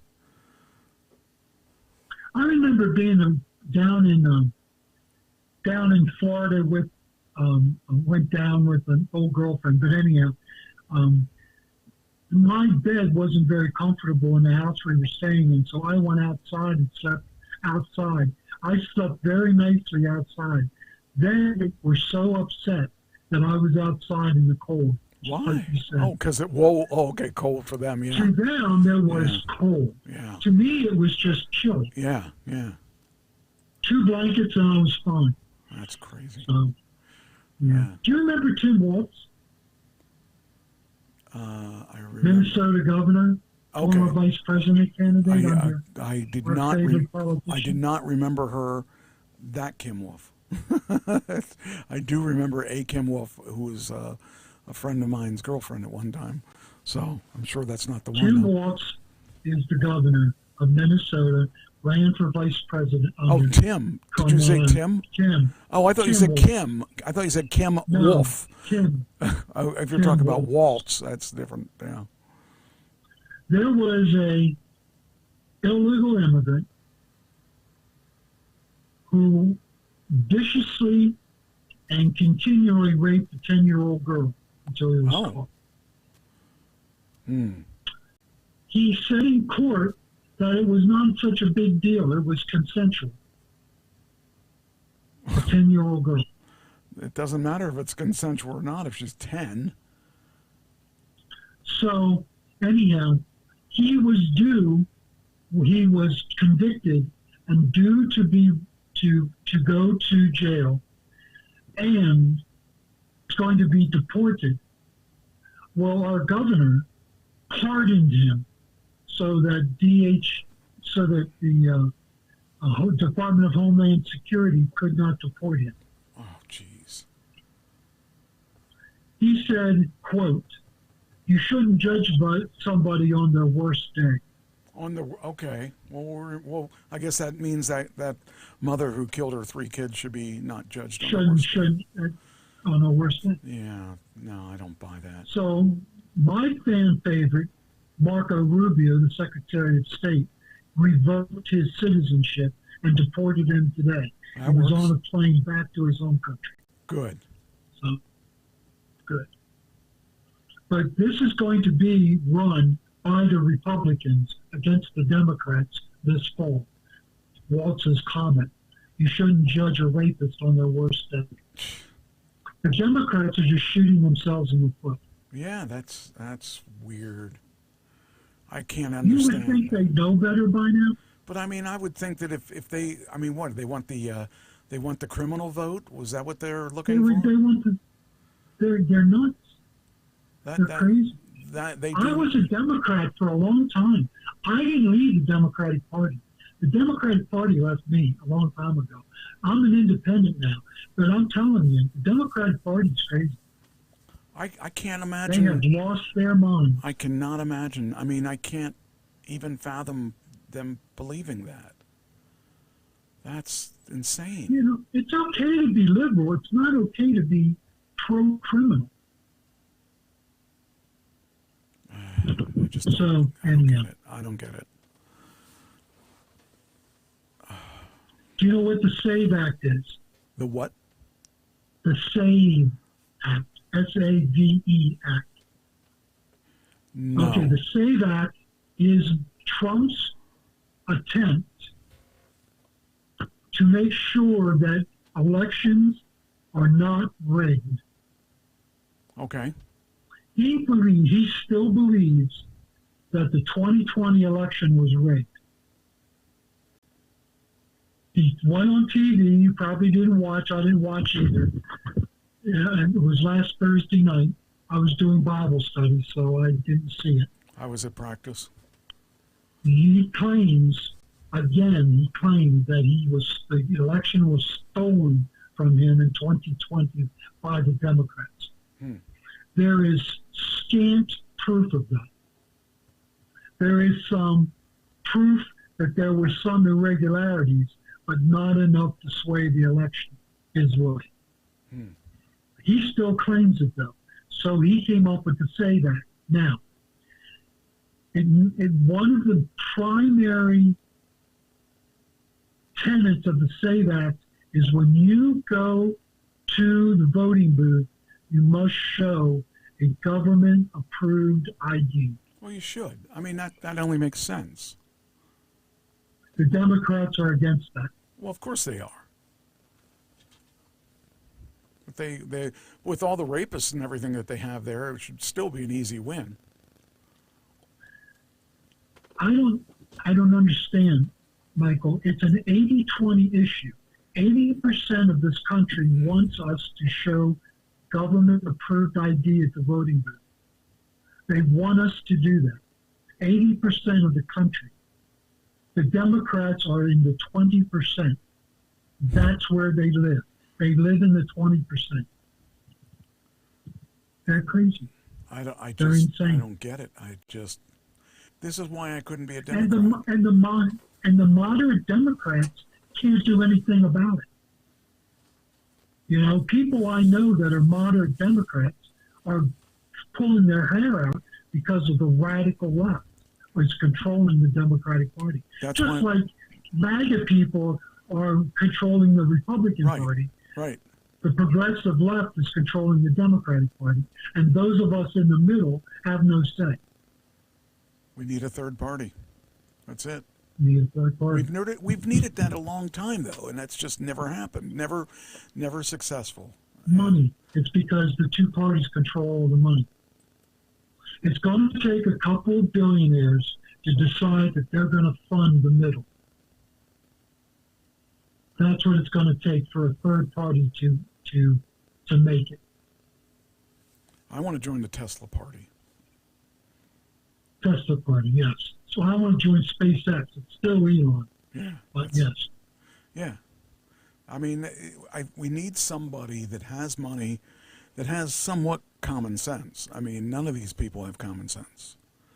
And, you know, I don't want to throw it on him because he's already got a lot of heat for working with Trump. But even he didn't agree with a lot of the stuff Trump was doing. Well, I have to admit, pray the listeners know, if there's new listeners, full disclosure, I voted for President Trump because the alternative was unconscionable. Well, I mean, So that's I the voted problem. for President Trump. That's why I had And a I hard do time. like- I had a hard time with and you either didn't- of them. I couldn't do Right. it. Well, I voted for him, and I like some of the things he's doing, and I don't like other things. But what I don't like, in full disclosure, is Trump's mouth. Yes. That's my problem. And so, you know, the wildfires, we're getting smoke from the wildfires in Canada. Yeah. It's all over the eastern and midwestern part of the United States. And I'll tell you, Trump, in New Jersey, it's really bad. It's like we put a filter on our air conditioner that was brand new because it was so bad that outside the school it was dark. And it shouldn't be dark, you know. So and that was because. can you imagine what people are doing with breathing problems? Yeah, it's horrible. My mother-in-law has asthma, and she can't go outside of her house. Wow. Just because of the smoke in the Harrisburg area.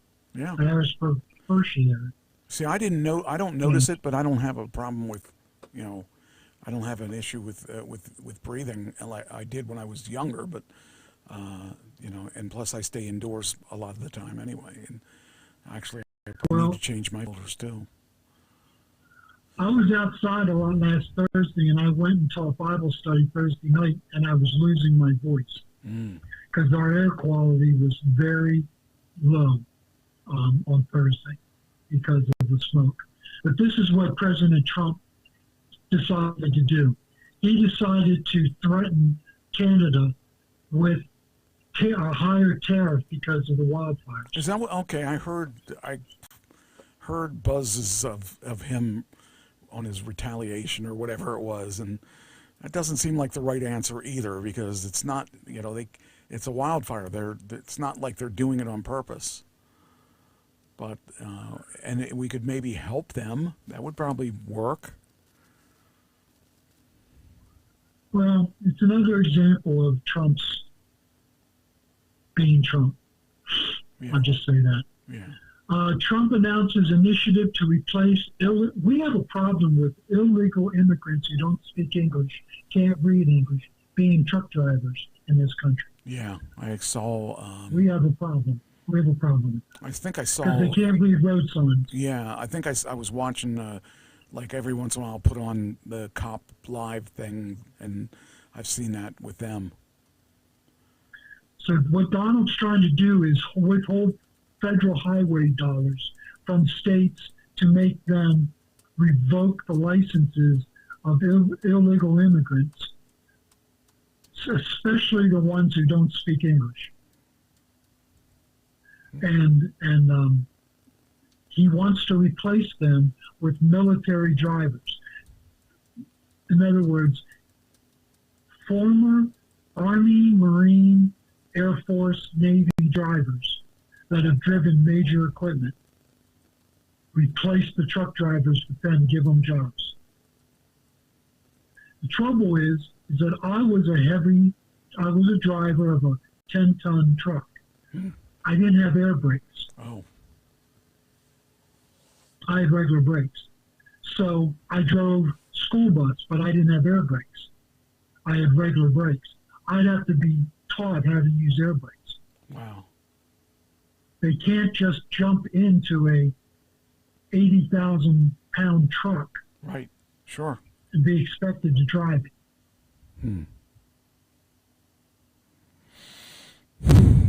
Nearly 200,000 immigrants had their licenses revoked so far. Jeez. Now, this is causing a problem in the trucking industry. Not only is gas prices high, so food is high, but now we have a shortage of truck drivers. So even though it's the right thing to do, it's causing a major problem. Wow. So we're having trouble getting supplies to grocery stores. So therefore, the prices of what's there goes up. Jeez. The never-ending chain. The never-ending chain. The never-ending chain. Wow. Lynn, yeah. Do you have anything on Lindsey Graham's sister? I do, I think. Wait, wait a minute. I might not. Let me look here.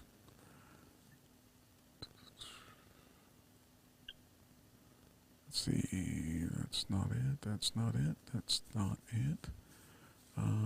No, I think that might have been last week that I had Lindsey Graham stuff.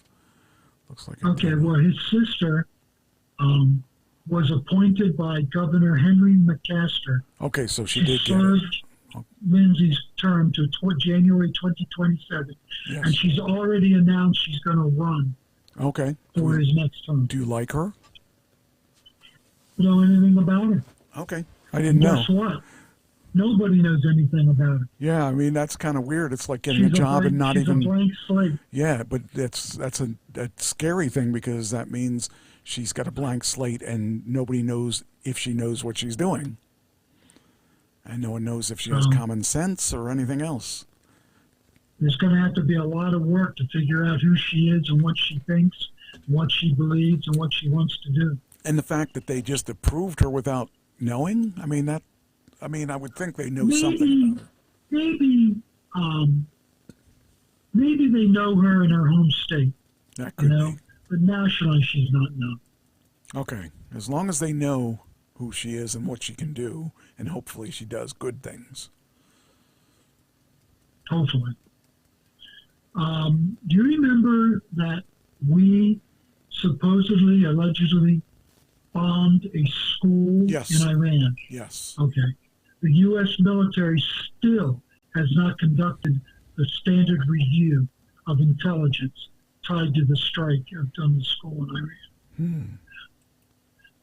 Congress of Republicans, to their credit, is leading the charge of holding the Pentagon's feet to the fire to get this done. Okay. Democrats are sitting back and not having to say a thing because Republicans are doing it, which is to their credit that they're doing this, because this was a major error. We talked about it before on other shows. What happened? They used the wrong blueprints. And it was confirmed that heads have rolled. Okay. In my research during this week, I have found out that the military has charged people with negligence. Okay. Resulting in the deaths, they don't have it in this one, of 168 children and 14 adults that were killed. A myriad of wounded that they don't even list here. Wow. That's not what we do, Mike. The U.S. military is not... Look, it was an accident, yes, but we don't do that. We don't do those kind of accidents. That's not our military. That's not what we do. Right. Most news. U.S. data center protests go national as backlash grows. Only 14% of Americans support data centers in their community. Yeah, I mean, the backlash against data centers has grown over 80%. Wow. 71% of Americans oppose new data center construction. Yeah, I mean, I had a conversation with my sister about this over the weekend, that, you know, how much power they use and stuff like that. And, yeah, I don't know that anybody is pro them and except water, the people that... Not over power, it's water consumption. Yeah. Yeah. Well, New York Governor Kathy Hochul signed a year-long moratorium on hyperscale data centers last week. Okay. And they think it's going to become a defining issue in the midterm elections and 2028 presidential race. Here's the problem. Okay. China has no problem building data centers. They don't give a flying crap how it affects the population. Right. They're communists. What do they care? Yeah. We could fall behind in the AI race, which would be devastating to the United States of America. I am not saying that we should rush headlong into building data centers. I am concerned against the environment and the energy, too. Yeah. I'm just saying there's got to be a compromise here, because we cannot fall behind China too far. Right. And they released version of not ChatGPT, a version of Anthropic's Claude. Okay. I'm confused. I'm confused on who's who anymore. But they stole it from Claude, I believe, and made one that's better than Claude. Interesting. So right now they have the best one, and businesses are ditching Claude and ChatGPT and Copilot and all the ones that American are trying to buy the Chinese. And our government is making a decision whether we will allow American businesses to buy Chinese-developed artificial intelligence platforms. Okay, that's interesting.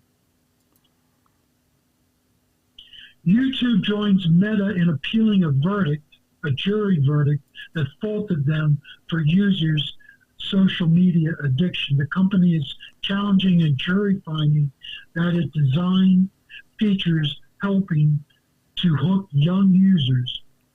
Yeah, that was something we kind of basically touched on last week, and I was saying that I feel that, that's more of a parental thing than I think that it should be, Well, it's the scrolling, the scrolling, and the algorithm. Right. Is meant to addict. And I don't know if that's true or not, but the court ruled that it was. Yeah. And it's also happened in Tennessee. Tennessee has a trial with Meta. Every state is suing Meta. They're spending so much money defending themselves, and they're losing. Each time they have a trial, Meta loses. So,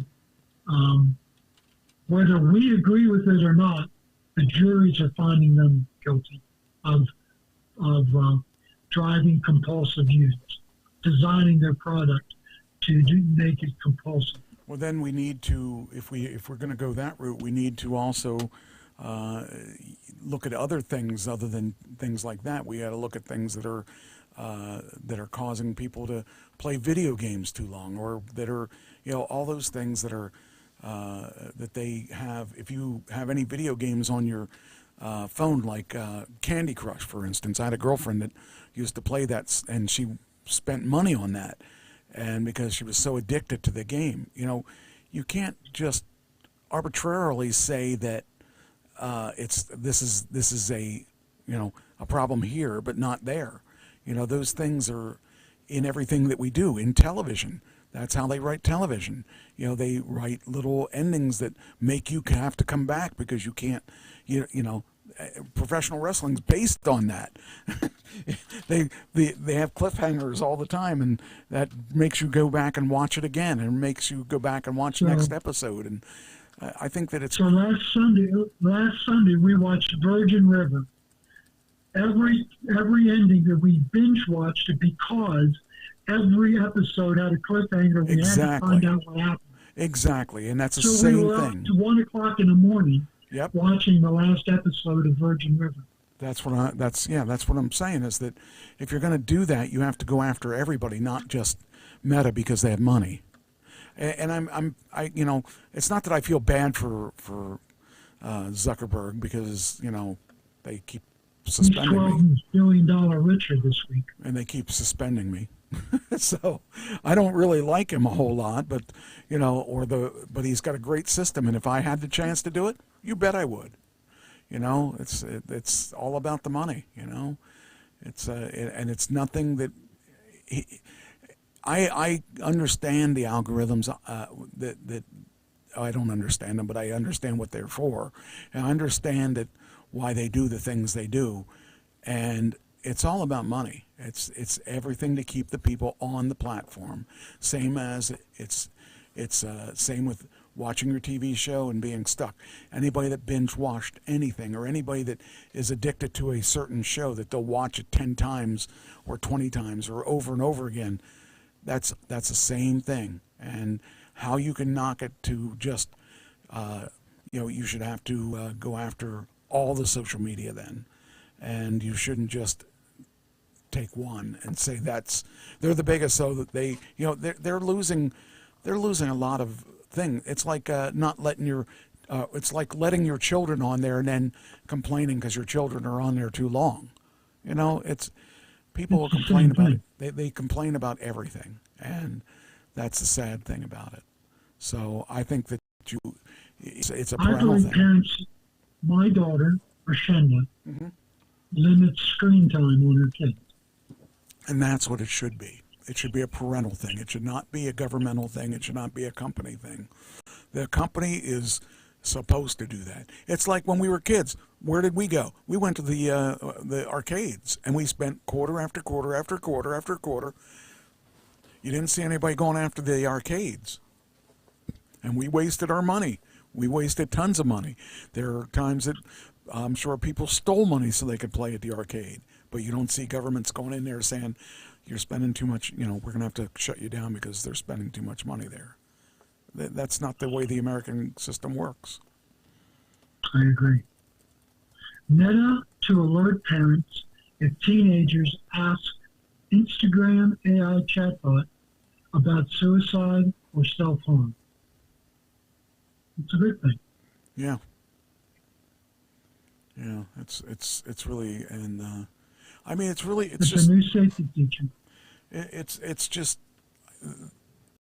parents don't want to parent, and they're probably guilty of the thing that they're saying that their kids are doing too. Every one of them probably. They have phones, Michael. They have phones that limit access to certain platforms. Yeah. Buy your kid that if you can't trust your kid. They can't trust themselves. They can't. They aren't very good at watching what the kids are doing or themselves because they're doing the same thing.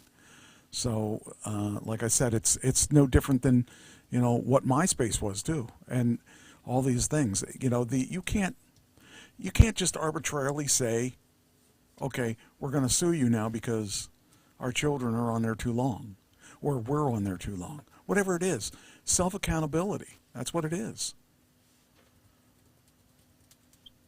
So, two things more, and then I'll turn it back over to you. Three things more, and I'll turn it back over to you. Okay. SpaceX targets July 23 for next Starship launch after last-minute abort. The reason I'm winding this up is that they had counted down to 0 and fired all the engines to lift it off the pad and had to abort at the very last second. Interesting. Because 4 of the 33 engines didn't light. And they only went on one side. But nobody got hurt. That's the key. And they were going to actually put Starlink satellites into space with this launch. Oh, okay. So it's supposed to go up the 23rd now, which is Thursday. Okay. Which I'll miss again because I'm teaching Bible study. Yeah. And Pluto flyby mission wakes up long enough to take pictures 6 billion miles from Earth. The New Horizons spacecraft, awakened from its longest hibernation on June 23rd, currently located 5.9 billion miles from Earth.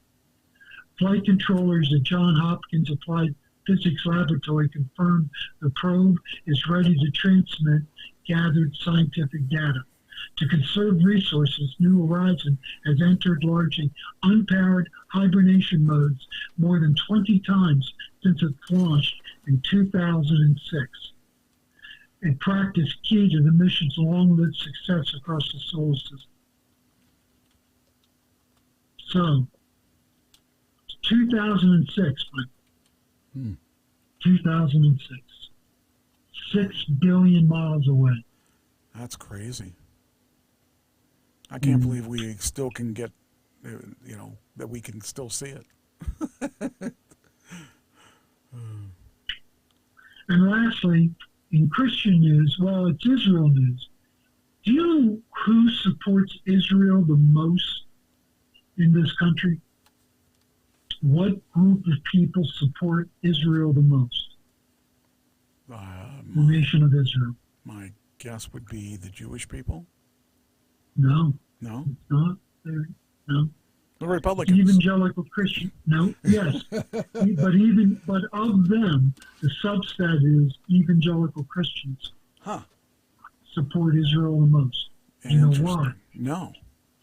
The reason is because in Genesis 12:3, it says, God says, Moses said, when he was speaking for God, God says, I will bless those who bless you. I will curse those who curse you.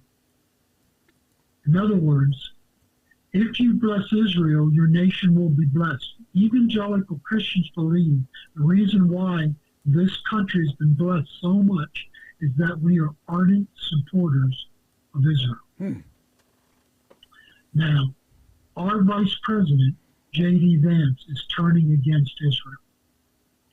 And he is the lead person to become the next nominee of the Republican Party. Okay.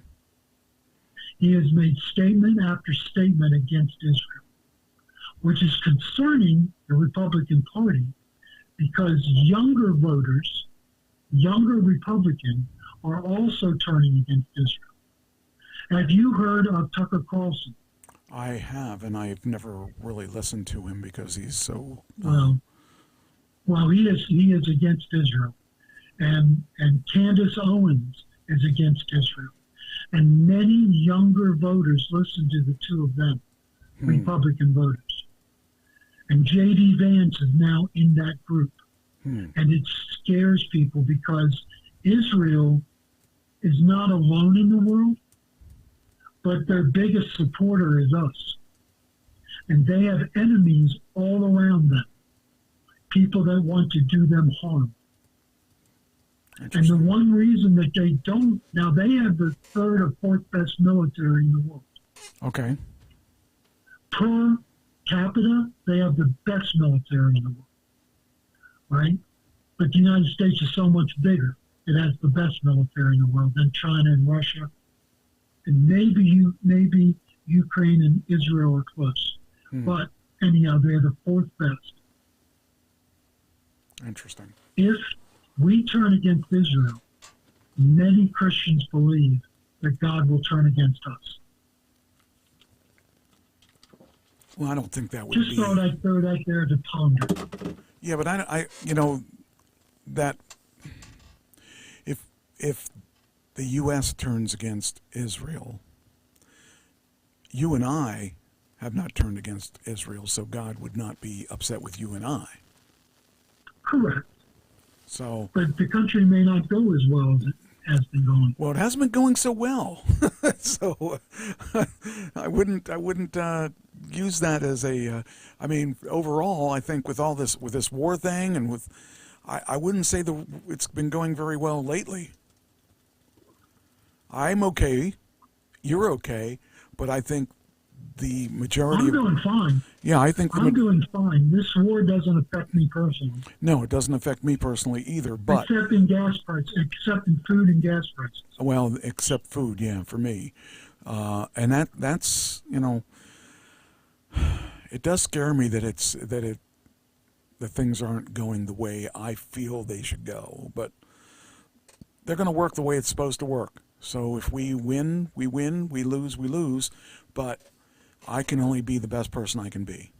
I can't make you be a better person. I can't make another person be a better person. I can only give my knowledge of things, and you can either accept it or reject it. Correct. Good philosophy, Mike. Yeah, that's when I started feeling good about life, because I realized that I'm only responsible for me, and I can't. There are people out there that are going to have a lot of different views than I have, and that happens. But the thing is, I don't need to force someone or tell them lies about things to make them be swayed. I don't care if you follow me or not. You can follow me, you can not follow me, you can believe me, you can not believe me. I don't care. I'm still going to believe what I believe. And that's the bottom line. It took me years to find that point where I could focus myself and not worry about others.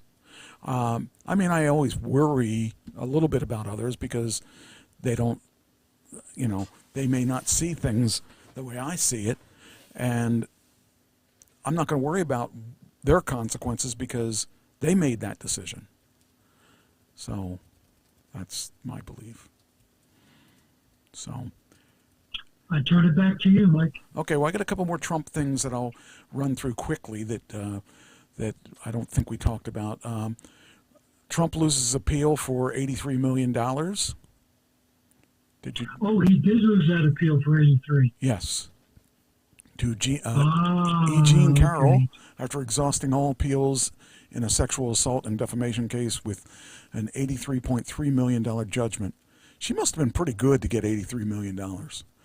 She must have done something, It says here, President Trump has transferred $5.625 million to E.G. Carroll after exhausting all appeals, and then it says with an $83.3 million judgment still pending in the court, so he loses the appeal so far. So that's interesting. Even the president loses appeals every once in a while. Yeah, he's not happy with the Supreme Court. Oh, I'm sure. FBI hunts Russian hackers with a $10 million reward. 3 Russian nationals face federal charges for operating a massive cybercrime infrastructure that siphoned $63 million from American victims while targeting critical institutions, including banks, hospitals, schools, and government agency across 21 states. So that was interesting too. Also, what else we got here? I threw a bunch of things into my political folder, which is Trump lifts asylum freeze, but not for everyone. Let's see. There it is. Let's see. It says lifted sweeping asylum freeze for most countries, ending a controversial pause that halted hundreds of thousands of immigration applications for months while maintaining. Wait, I lost my where was I? While maintaining, where was it? Oh well, I think I had halted hundreds of thousands of immigration applications for months while maintaining restrictions on 39 nations labeled as high risk. So that's interesting. I wonder who some of those would be. I bet you it's every Muslim nation in the world. I think it's Canada for sending that smog. Wow. That was. I don't trust those Canadians. That's right. You can't trust anyone that can't say that says. Who says A all the time? That's what it is. I was trying to remember what Doug and Bob McKenzie used to say. Hey. Let's go down to the pub and get a beer, Then there was a Trump Jr. targeted by Secret Services moves in. I don't know if you heard that or not. But Trump, a 39-year-old Rochester man, faces federal charges after allegedly posting explicit death threats against Donald Trump Jr. That guy, Donald Trump Jr., he doesn't do anything, yet he still gets death threats. I mean, I'm sure he does things, but we never hear him in the news. He runs the company. Well, I hope he's a good businessman. Anyway, so well, evidently Trump's making big money, so he's doing well. Yeah, well, he's at least the face of the company anyway. So that was another story.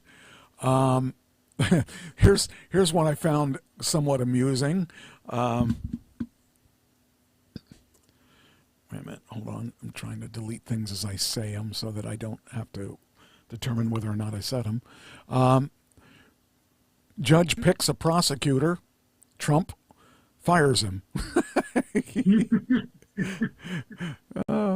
Like, what is this, like figuring out who has a bigger one or what? President Donald Trump terminated Seattle's newly appointed U.S. Attorney Roger Rogoff within an hour of his Wednesday swearing in, escalating a constitutional shutdown between the White House and the federal judiciary over who controls prosecutorial.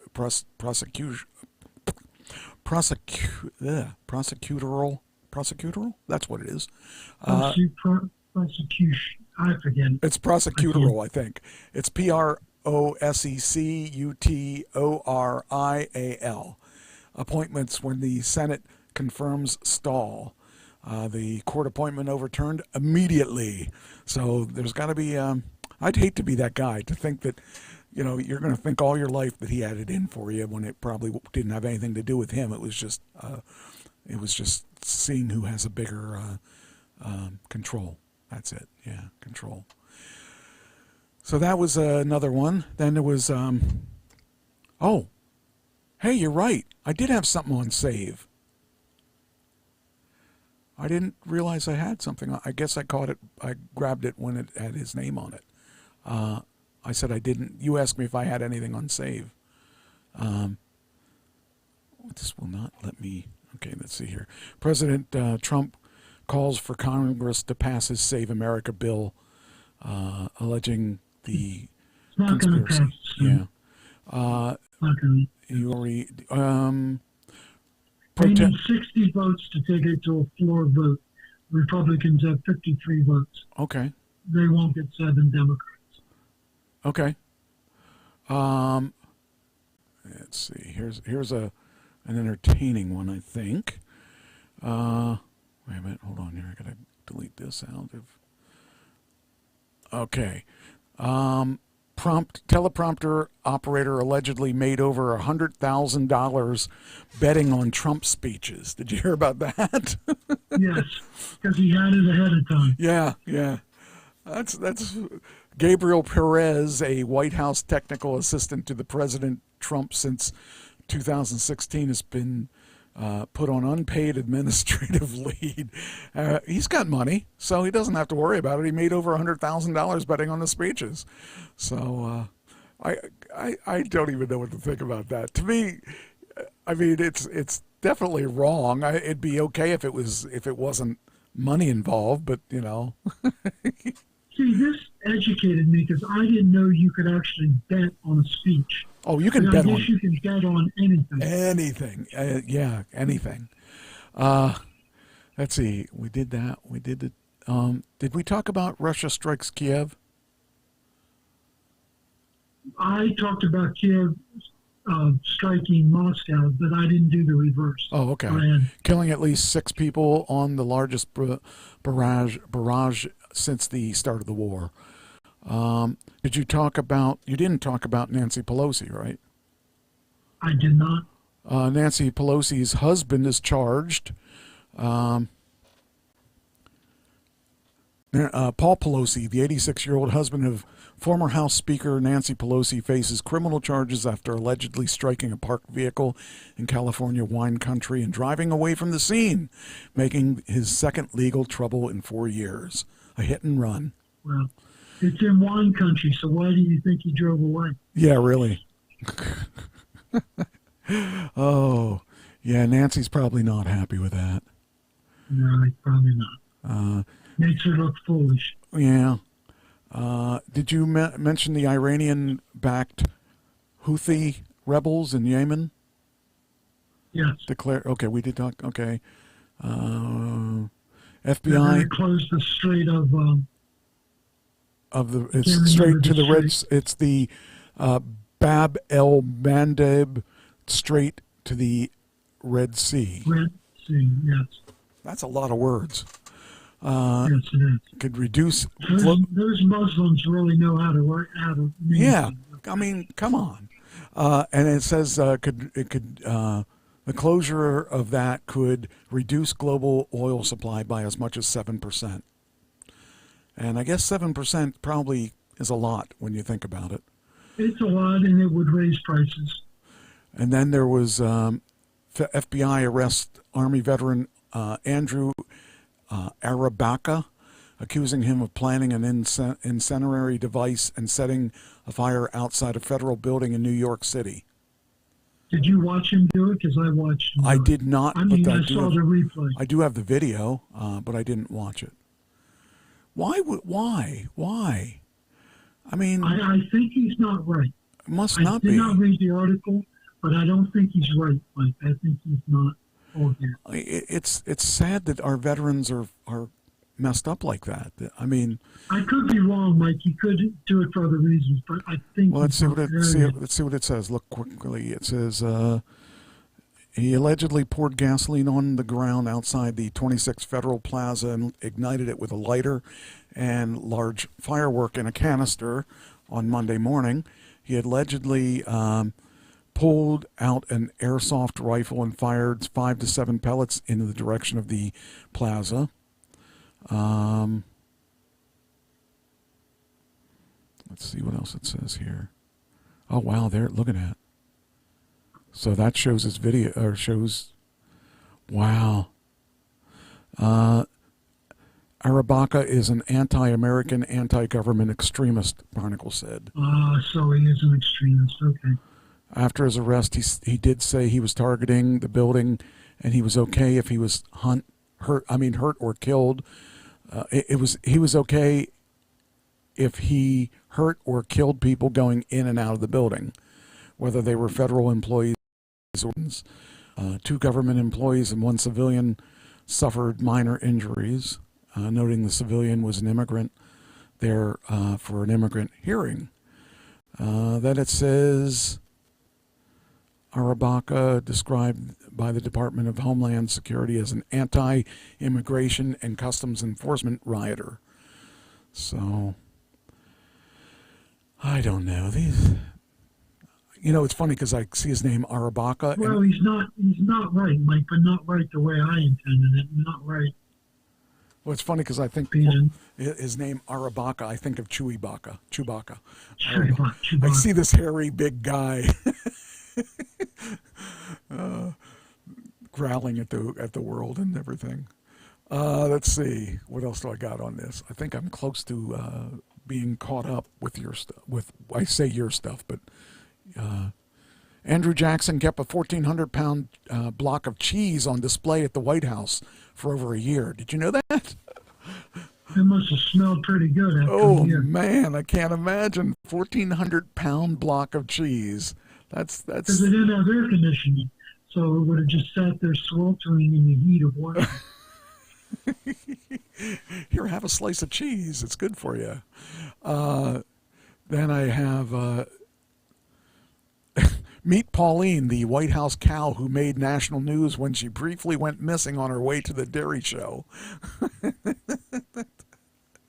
And then it says, see today's East Wing ballroom renovation stacks. See how today's renovation stacks up against the price tag of past makeovers. Let's see if we can see that. Let's see. All right, here. Oh, okay. Most of the renovations have cost no more than $10 million. How much is this one? Do we know? I don't know. Let's see if we know. By fiscal year, the funding and the funds were raised to adjust it to. Okay. 10 million. Let's see. Looks like Truman went to. Okay. It says what is that? 96? That can't be 96, can it? See if I can make it bigger. Whoop! Too much. Okay. Gotta make it smaller. Okay, here we go. 6.9. That's no worse. Unless I'm missing something. Wait, that's 49. Okay, what year? Oh, okay, we gotta go down. Okay, we gotta get down to the bottom of the. Can I move this up? Yeah, I can. Okay. All right. Whoop! What are we doing? Darn it.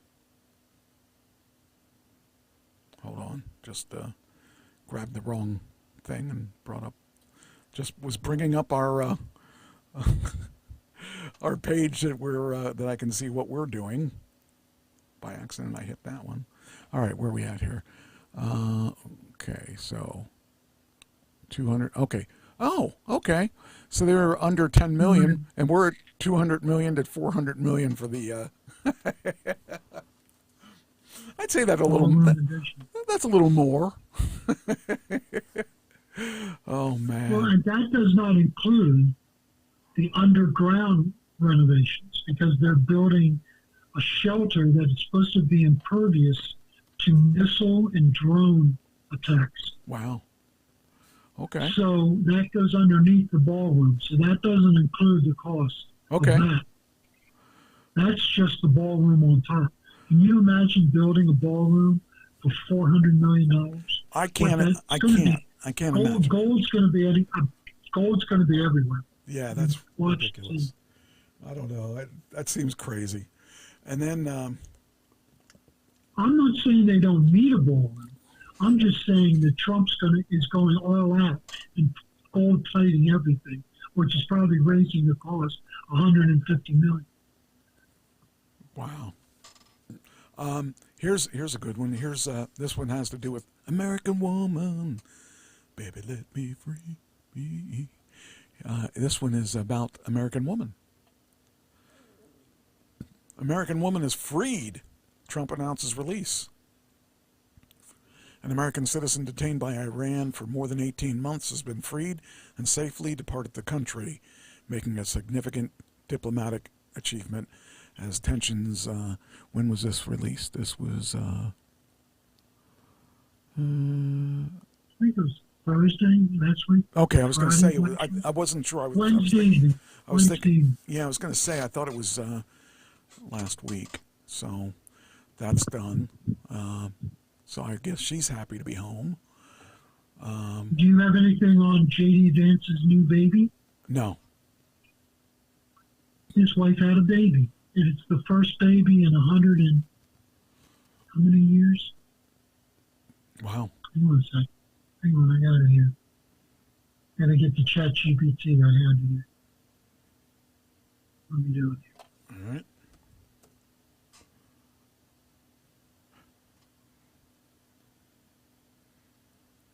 And while you're doing that, 150 years. It's the first baby in the presidential, vice presidential, in 150 years to have a baby while in office. Wow. The previous vice president to do so was a guy named Waner Bro in 1870. Wow. That's a long time. A long time. Yeah. The last president with young children was Barack Obama. Yeah. Yeah. That's... The last president to have a baby born was 1893. Grover Cleveland.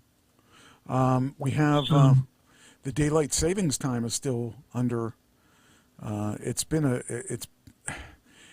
weird because the House passed the Trump-backed bill that could make it permanent, removing the need to change the clocks. That'll make my sister happy, make me happy too, because I hate that. I hate having to adjust to the time, and I mean, I want to just give me a time. Don't mess with the time.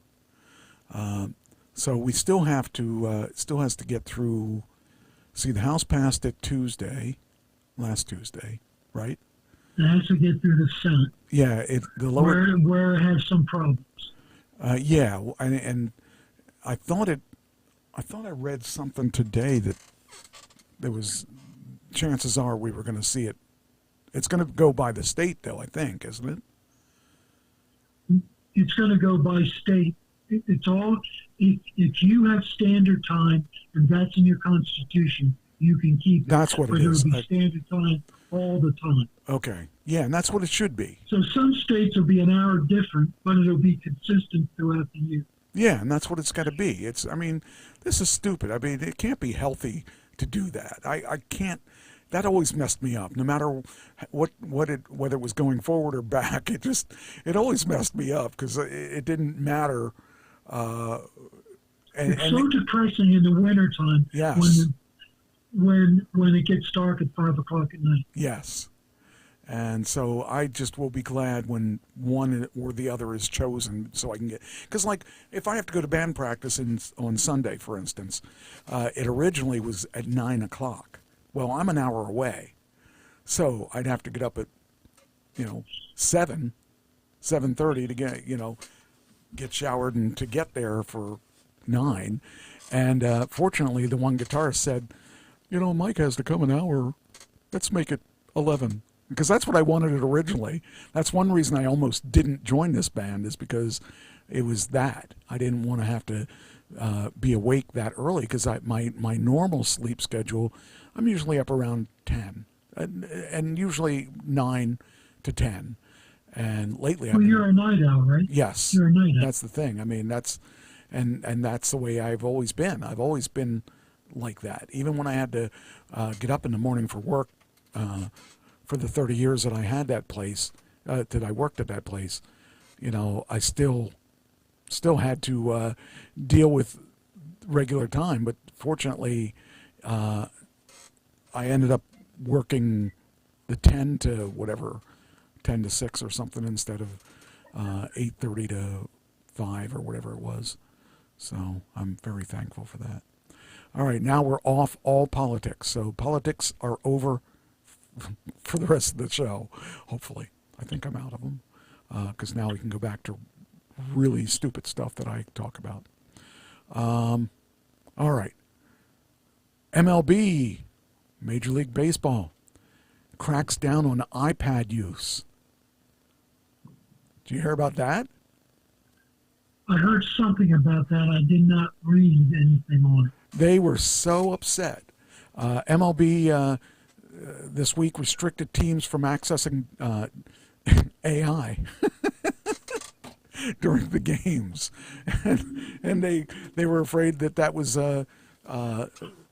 changing how what reports and stuff that come up for the to a third of the league's teams installed AI apps to help make strategic suggestions mid-game, including substitutions, pitch calls. The ban does not carry any punishments, and all teams were compliant with the rules as previously written, but they still were cracking down on it. I thought that was funny. Then... Now, AI is everywhere. Why shouldn't it be in a baseball field? Good question. I don't know the answer to that. Hey, I mean, every business in the world uses AI now. By the way, Darryl, I'm in 2 bands. I'm in Salt Road, and I'm in Stoneface. So that, not just one. I like to be an overachiever. One band can't be enough to hold me back. American and Spanish aquariums team up to rehome 30 beluga whales stranded at a shuttered Canadian theme park for 2 years. They unfortunately face potential euthanasia, and so hopefully, because they can't release them back into the wild because they've been domesticated. Yeah, says shuttered years ago. So that place has been shut down for a while. Shuttered years ago when the captivity for intelligent marine mammals became too controversial. So it says here, located near Niagara Falls. They have no more money to care and feed for the belugas, and even threatened to euthanize them if Canada didn't approve permits to move the creatures to other aquariums. So hopefully that'll be taken care of. Let me know. I can send you some music if you want to hear what the band sounds like. Let's see here. World's largest piggy bank. It's perched on a hill in Colombia, and it collects donations for animal shelters. Here we go. There we go. There you go. If you want to get a piggy bank, that's what you need. You could live in that piggy bank. Wow. You can. They're bringing home the bacon. Giant piggy bank in Colombia. So it's funny. I mean, I just think that the things people do. Oh, that's great. I'm glad they do it for charity. That's awesome. So we got that. Then we got, let's see what time we got here. Okay, good. I still have time. Would you like to know what a menu would look like from 1200 BC? Yes, I would, actually. I found that really interesting. I mean, I never really thought about it till this. The taste of home. Okay, here we go. They have figs, honey, and goat cheese. I don't know if I'd like that or not. Looks a little, I don't know. I'm a picky eater. But it says it's figs, honey, and goat cheese. I would try it. I like all of those three things individually. So yeah. I'd try it. Bread. Here's their bread, barley, lentils. I eat lentils. It doesn't look good. It doesn't look good to me.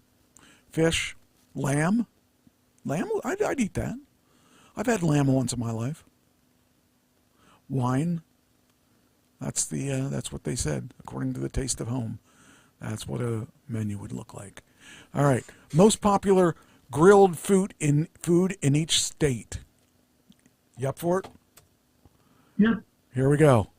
Let's see what ours is. Darrell's in California. So let's see. Here we go. In your state, bread. No, what is that? I don't know if that's bread or not. What is that? That's chicken breast. You have chicken breast as yours. Yeah, oh. Grilled chicken breast. Yep. Yeah. And we're hot dogs. That sucks. What is that? That's tri-tip? What is tri-tip, Darrell? I have no idea. She has the Uncle Sam Band Love in a Blender on her phone. Well, I'll give you some more stuff you can put on your phone. I don't know what that is. Let's see here. Texas, what do you think? That would have to be steak, right? What is steak. That? What is that? What do you think that is? Let's see. Is that a steak? What is that? Looks like an onion. It's down at the bottom. Down at the bottom. Oh, onions. That is an onion. Really? That's onion? Huh. Louisiana. Let's see. What's that? Steak? Oh, that's tuna steak. Is that Louisiana? I have friends in Washington State. Let's see what that is. Flank steak. Why do we get wimpy stuff like hot dogs on the East Coast? Come on. Look at all the hot dogs. Look who has, they have hot dogs everywhere. It's all the North. The North has hot dogs. I don't see any hot dogs in the South. But I wouldn't want to be Minnesota. That looks like they're eating grass. Green beans. Jeez. That can't, grilled green beans. Ugh. And that looks like cucumbers on South Dakota. What's Washington? I mean, Wisconsin. Wisconsin is a hamburger. Looks like a hamburger. Let's see. That's a hamburger. Yeah. I'd like that more than, well, actually, I eat more hot dogs than I do hamburgers, but that's just... Actually, I like Georgia. Where they at? Where they got? Oh, yeah, there you go. Oh, Porterhouse, yeah. Yeah. These kind of look kinky. What are they? Probably shrimp. I would think it's shrimp. Maybe, I don't know. It's a chicken wings? What? It's grilled chicken wing. Ah. Wow, that's Florida's too. Oh, shrimp's over here in Hawaii. Shrimp's over there in Hawaii. Yeah, where? Oh, these. Okay, yeah, they look like shrimp. These look like kinky people. What's it, peppers? Kentucky has fried peppers? Fried peppers. I've never heard of fried peppers. Huh. That's kind of weird. Well, I'd say I'm jealous because you got chicken. That'd be better than hot dogs. So I just find the weirdest stuff sometimes, and all right, let's go to the next thing. The World Cup trophy travels in a bespoke Louis Vuitton trunk. Did you know that? No. I didn't either, but apparently it does get its, let's see if we can see what it looks like here. There it is. Oh, okay. Well, that's a very ugly trunk. I wouldn't steal that trunk. It's also an ugly trophy. Yeah, I know. Some guy got paid to make that too. It's weird. The ghost font uses an optical illusion to evade AI. I don't even know what that means. What's a ghost font? Let's see. Oh, wait. The optical illusion. What? The ghost font is only legible as a video, not individual images. What? I don't think I understand. Okay, let's look at it. Let's watch it. Okay.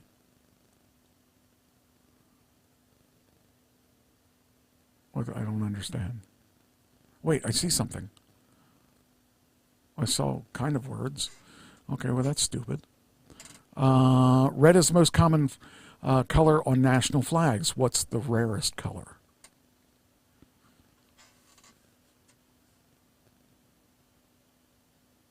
Let's find out. The rarest color is... Okay, believe it or not, currently only 5 countries out of nearly 200 have purple in their official or co-official flags. It's exceedingly rare. And those countries are Dominica, also Spain, Nicaragua, El Salvador, and Bolivia. The only countries with purple in their flags. Well, there we go. I don't even... Oh, I barely see the... Okay, I see it. All right. Okay, I see a little there. I don't see it there. Oh, okay. Unless that would be it. Yeah. I'm disappointed. Can the lipstick index predict a recession? No, that's weird. Okay, we don't need to see any of those. I sometimes dump extra things because I try to find those things that you may not find anywhere else, and sometimes it's easier just to... Now, what is that?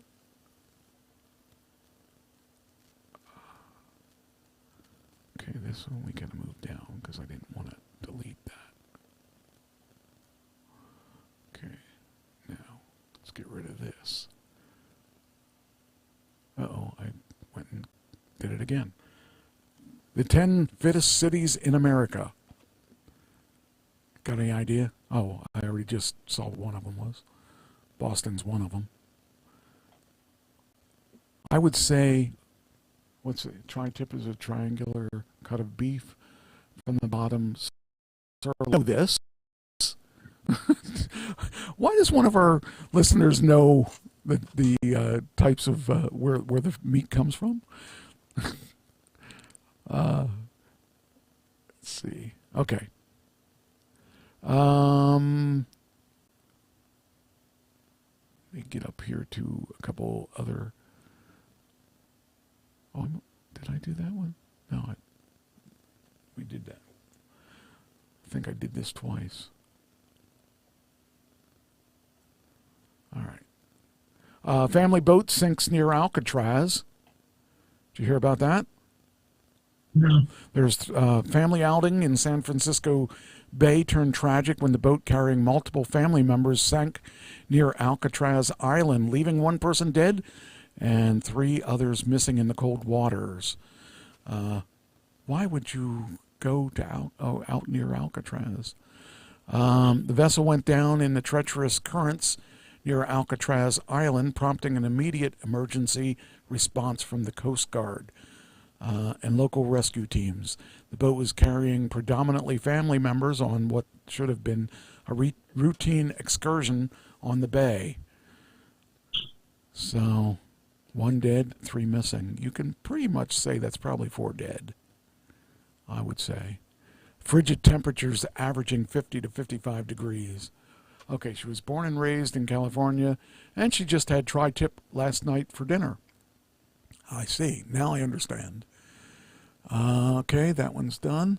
Oh, the floodwaters in Texas. Did you hear about those? Yes. Apparently that it says worse may follow. Here we go. Coming up. It says torrential rain slammed Texas Hill this week, triggering flash flood emergencies in Kerrville, the same city devastated by deadly flooding at Camp Mystic in 2025, forcing evacuations and water rescues. You know, did you see what happened in New York?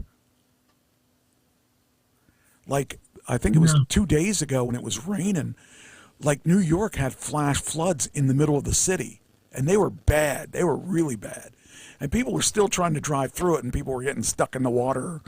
You know, it's crazy. I'd hate to think, man, I don't like New York as it is. But if I lived in New York, oh, man. I mean, like the first floor of every rental or whatever, businesses and all that stuff were completely covered by rain. It was just... And subways were completely flooded. Yeah. Man, I'm so glad. I am so glad to, you know, that I don't have that up here. I mean, if I have floods up here, we're all dead. This far up the hill. So I think I'm safe up here. That's one of the reasons I don't mind living up here, is because I'm on such high ground. I mean, my basement was getting flooded for a couple years, and I've luckily stopped it, I think, at this point. But yeah, I can't believe the roads were so bad. Thank you for stopping in, Daryl, and I'll get you that stuff. You know, it's just crazy the amount of water and stuff that was flooding in New York. I'm so glad that I don't have to deal with that. So let's see here. What else we got? I got, oh, yeah, this one's bad. Woman found in box finally cracked. The mystery. A woman discovered shot to death in a box in Indiana cornfield has been finally identified 5 decades after the gruesome discovery, bringing potential closure to one of the state's most puzzling cold cases and opening new questions about who killed her. 1976 discovery that baffled investigators. Farmer Norman Skoog, I can't believe his name's Skoog, S-K-O-O-G, Skoog, and his 16-year-old son Curtis made the shocking discovery on October 8th, 1976. So, wow, that's a long time. While working in Benton County cornfield, inside a box that authorities believe had been placed there just 12 hours earlier, lay a body of a woman who had been shot in the back of the head. She wore a double-knit pantsuit and green jacket, and a smashed perfume vial near her remains. Investigators determined that she had been killed roughly a week before, being dumped in a remote location. So, wow. The DNA project identified the victim as Jane Hart, a 69-year-old Chicago housekeeper born in 1906. Hart has a daughter of Croatian immigrant who Hart was a daughter of a Croatian immigrant who came to America and gave birth in Ohio. She later relocated to Chicago before disappearing from the public records in 1970. Researchers created a genetic profile revealing her Croatian heritage. So they still don't really know who her killer is, but boy, that's a long time before you figure out who she is. Yeah, really. I hope when I die they figure it out right away. Oh man. Oh, that sucks. This I saw. This was going to be the picture of the day. Let's see if I can get it up here. Oh, come on. Can I get rid of it? So I don't have to... Oh, there it is. A 1980 photograph shows the supertanker SO Languedoc being stuck by a massive rogue wave in Durban, South Africa, captured by the ship's chief officer.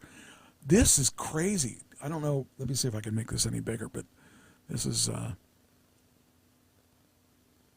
there you go. Look at that. That tidal wave. I wouldn't want to be anywhere near that tidal wave. Said here, the photograph captured by many scientists, captured what many scientists considered nearly impossible, a rogue wave. Taken in 1980 as a super tanker SO Languedoc sailed off Durban, South Africa. It shows a towering wall of water rising above the ship's bow. Look at it. This is the ship. Wow. I mean, that water is freaking anybody that was on this ship. I don't know how they made it out of there. Crew estimated the wave around 25 to 30 meters, which is 82 to 98 feet high. Much of the 20th century rogue waves were treated as sailors' tales because traditional wave models suggest that such extreme events were almost impossible. So that is amazing. Anybody that got out of that was lucky. So, well, I guess many got out of that, apparently. All right, then we got... Okay, so I got this. I can get rid of this.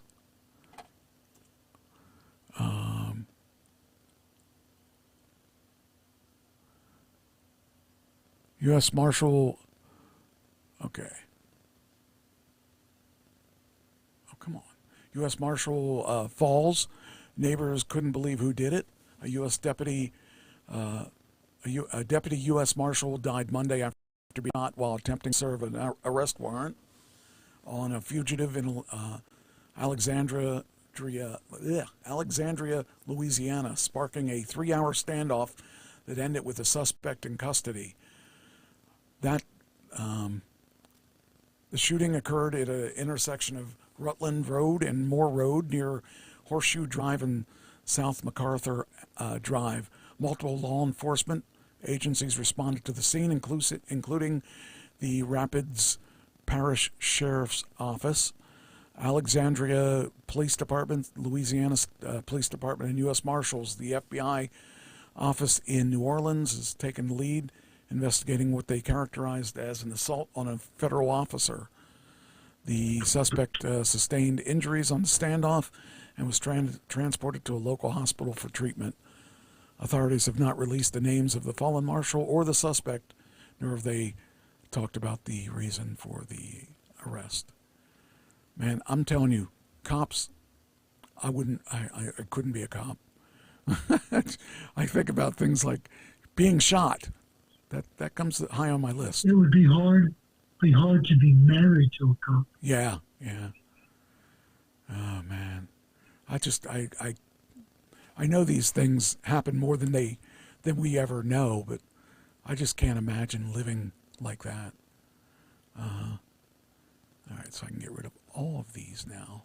All of these things here, because we talked about all of them. All right, get rid of that. Then, let's see. 7-year-old locksmith spent $7,000 on tools to get started. Now she works. That can't be a 7-year-old. 27-year-old. Okay. Whew. I was gonna say, Mike. I didn't. I usually make it a little bit bigger so I can read it, and I missed the first number. Oh, that's a different one though. Okay. Well, we'll talk about this one. Americans say they need 1.2 million to retire comfortably. Survey says, but many expect to fall short.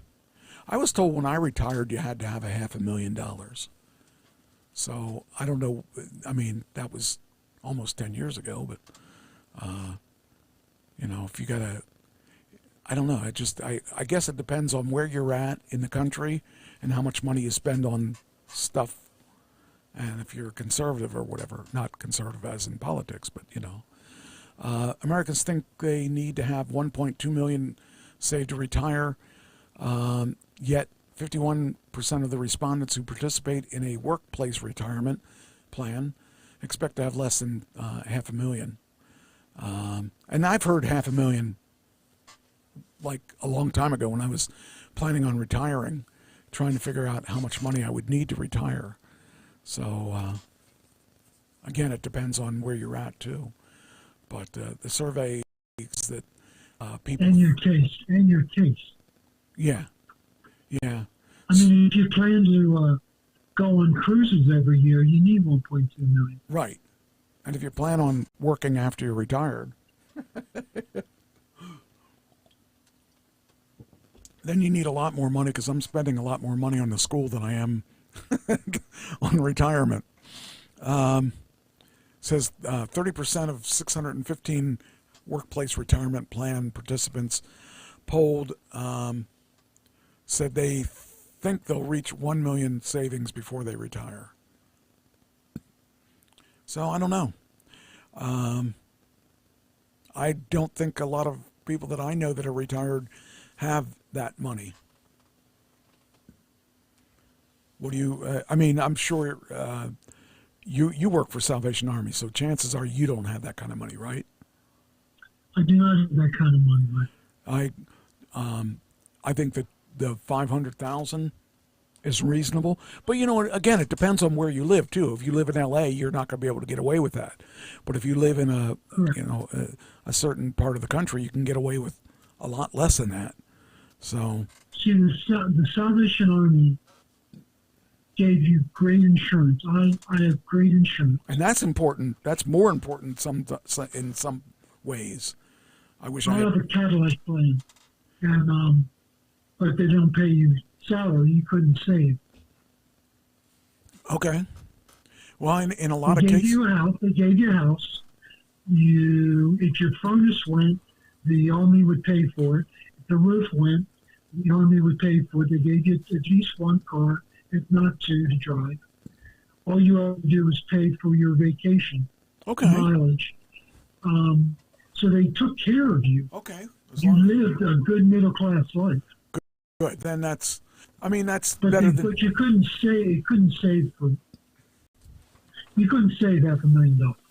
Yeah, I mean, I don't know how reasonable that is, because how many people can actually save money? And even if they have money, a lot of people tend to spend it because they have it. So, I mean, they have it. They think they have it, I guess. I mean, you do have it for that time, but it's what you do with the money as to whether you're going to be okay. And they also paid you more money if you had children. Okay. You made more for them. If you had 8 kids, you made a lot of money. Okay. But you spent a lot of money. Yeah, sure you do.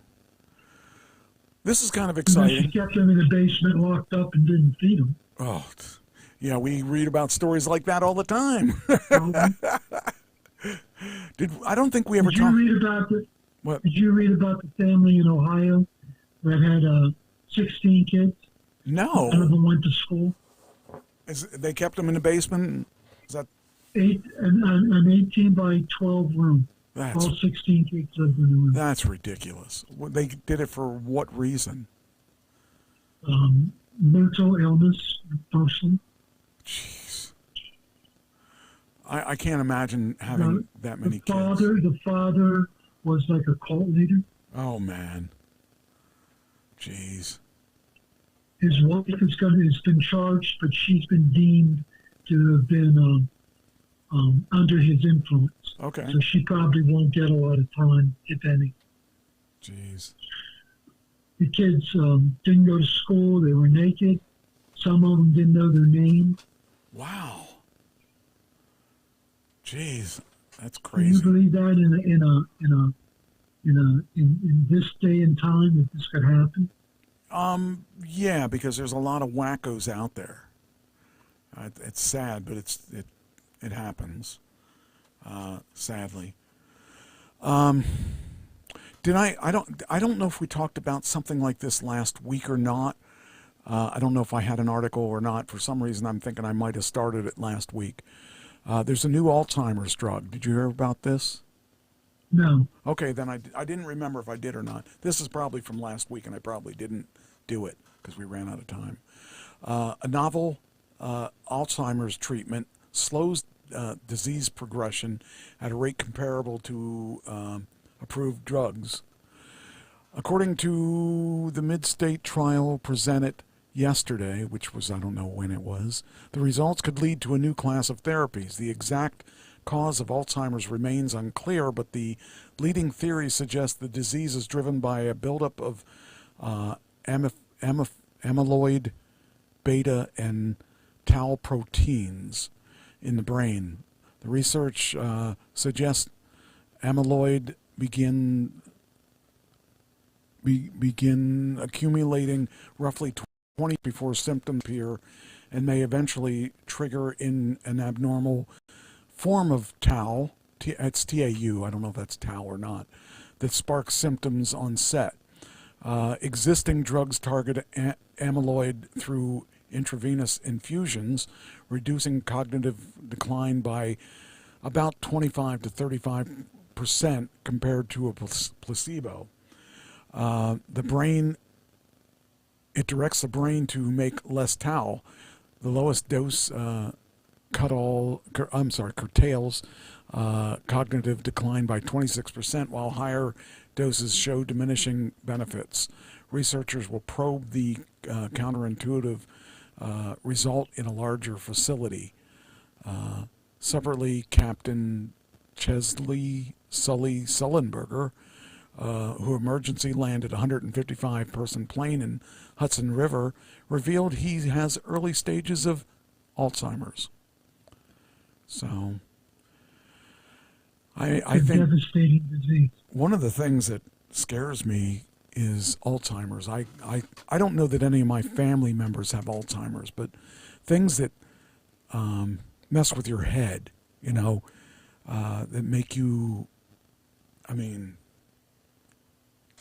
kind of anything that stops the brain from working correctly, that scares me a lot, because I have always felt that was one of the things that kept me going through my life, was being able to reason about things, being able to project things and be, it just really, that scares me. Losing my mind would definitely be a bad thing for me. Well, of course, I wouldn't know it if I had Alzheimer's, I guess.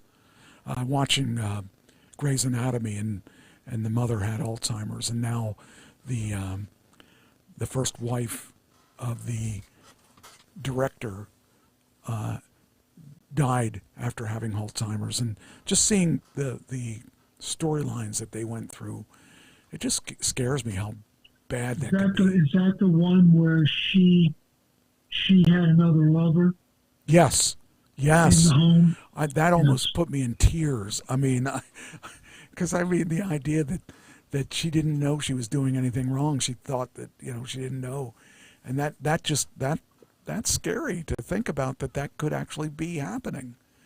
So I do think about that stuff. There's a man that was arrested for rushing toward a burning church. That was last week's, I think. But we never got to it, I think. Can't get it to open. There we go. Three-alarm fire that destroyed a vacant Pittsburgh church resulted in one firefighter's hospitalization and the arrest of an out-of-state man who ran toward the burning structure and lied to police about his identity. Three-alarm blaze basically consumes the historic structure. The fire erupted at 6 p.m. on July 7th at a church at Grandview Avenue and Kearsarge in Mount Washington, Allegheny County. Dispatchers received an initial call at 6:05. The firefighters arrived within 4 minutes. That's amazing how they can get to that place that quick.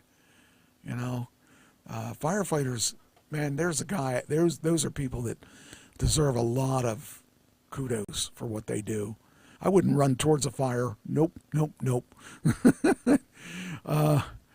And the fire, okay, so it says responding crews immediately upgraded the incident to a three-alarm fire as flames rapidly consumed the abandoned building. By 6:30, the fire had broken through both the roof and the windows, causing extensive damage to the historic church. Wow, look at that. Why would somebody do that? It says one fighter required hospital transport for heat exhaustion treatment, though authorities initially reported no injuries. Pittsburgh Public Safety updated their report to confirm the hospitalization. The suspect, police arrested 23-year-old Colton Normand of Boise, Idaho, at the fire scene. According to the criminal complaint, Normand ran toward the burning burning church and approached a window on the left side of the building. When officers questioned him, Norman told him he wanted to look at the fire but provided a fake name during the encounter. Police discovered Norman had an outstanding warrant from another state, so he's now got charges for that. So the building was facing demolition before the fire. So I don't know. Why do people do that? You know? I don't know, Mike. I would not run towards the fire. Yeah. And I wouldn't start a fire. You know, that's just ridiculous. And there's so many people that are fascinated by fires that, you know, they got to have that fire, you know, I don't know what it is about fire. And those firemen, I don't get it. I couldn't run towards a fire. So, all right, let's see here. All right, so here we go. There was a woman that rode solo from California to Hawaii. Can you imagine? She did that solo. Even in your best day, would you imagine you doing that? Nope. And there's her boat. There she is. I mean, who knows what's going to happen out there? I mean, there could be a storm or whatever it is, and she's by herself. So, you know, I guess she made it. But it says here, as America celebrated its 250th birthday, Kelsey Philander celebrated her own significant milestone, being the first American woman to row a boat from California to Hawaii alone. As she pulled into the Alawai boat harbor in Honolulu, she also sets records for being the fastest to complete the solo row among either sex, and the youngest woman to do so. If any part of this made at least one person feel a little bit more powerful in their own skin, I couldn't ask for anything else, and I'm happy, she said. It's 2,400 miles. I know. That's just, I mean, I didn't know, but still, I get tired driving it. So I can't imagine. Here she says, an 8-year-old Grand Canyon rafting guide and leader of a 4-member female rowing team made the Monterey, Hawaii trip in 2024. Kelsey Fendler was alone in the Pacific Ocean for over a month, something she admitted she loves.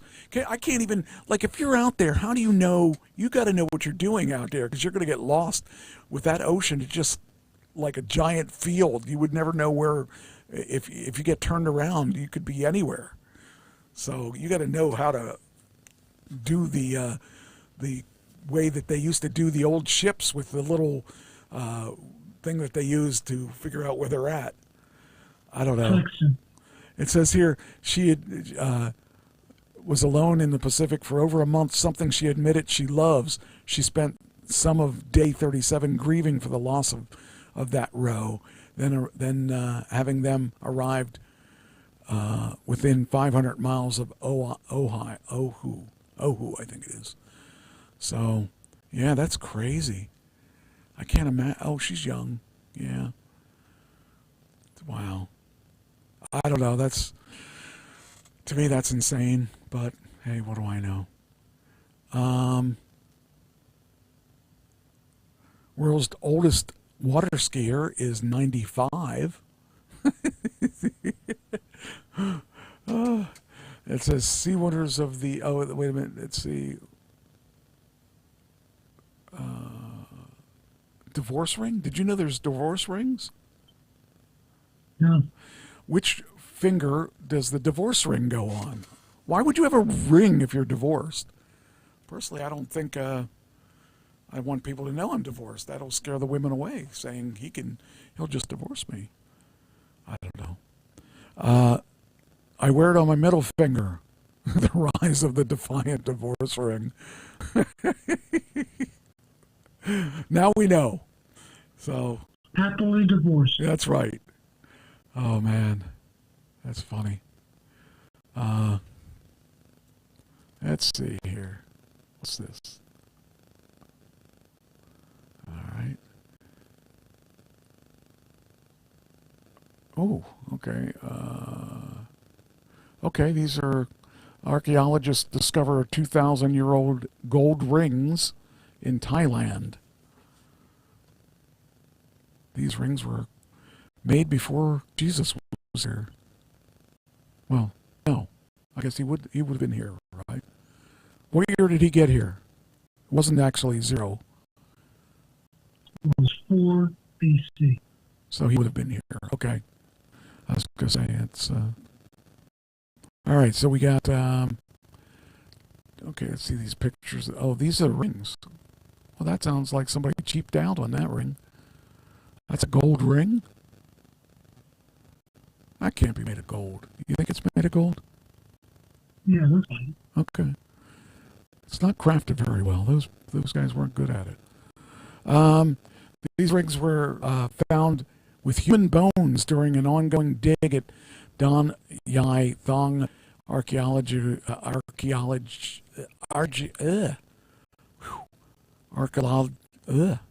the site of the archaeological. Yeah, that's it. Province last week at the Thai government's fine arts department. One ring was found Thursday, was engraved with characters believed to be BHRAMI Brahmi script, an ancient Indian writing system. An initial assessment by experts identified the script reading as Pusarakisa, meaning the one protected by Pusha, said to be one of the most suspicious zodiac signs in the Indian astronomy. The other ring was found with the same identical skeletal remains in a plain gold ring without any pattern. Experts believe the ring's owner may have been a merchant of the Indian ancient caste system, and let's see here. Just 2,500 years. That's amazing. Like I watched that the thing about the island in Nova Scotia that they're digging up because they said that all the... Remember I told you about the King's Knight or King's Templar, or the Knights Templar. That's what it is. The Knights Templar is rumored to have brought all these very famous and expensive artifacts and hid them on the island. They still haven't found them, but it's still kind of cool. So, yeah, I can't imagine. I love the things that they do dig up in that thing, and they find some pretty cool stuff, but nothing that's going to pay the guy's bills. It's good he's got a contract with the History Channel, because I don't know, he's got to be spending millions of dollars there. So,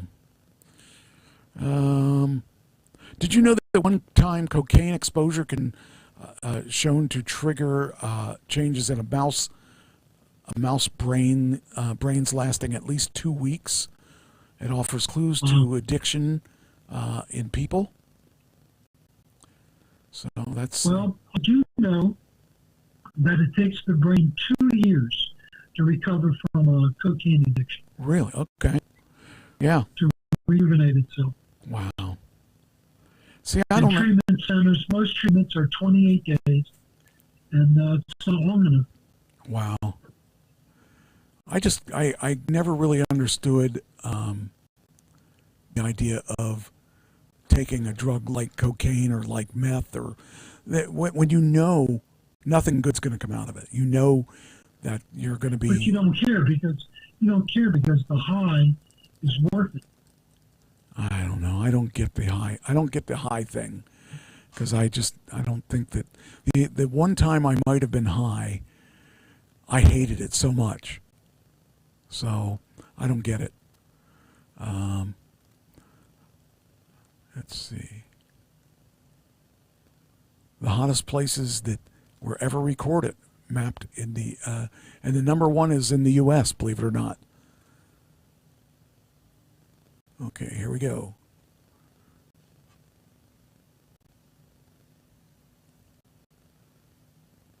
The hottest places. Going back more than a century, have recorded the hottest temperatures in the world, with some days making the list from 100 years ago, while others, they keep going up. I don't know. I don't know about you, but it seems like our temperatures keep getting hotter and hotter every year. But here are the hottest places. Hold on.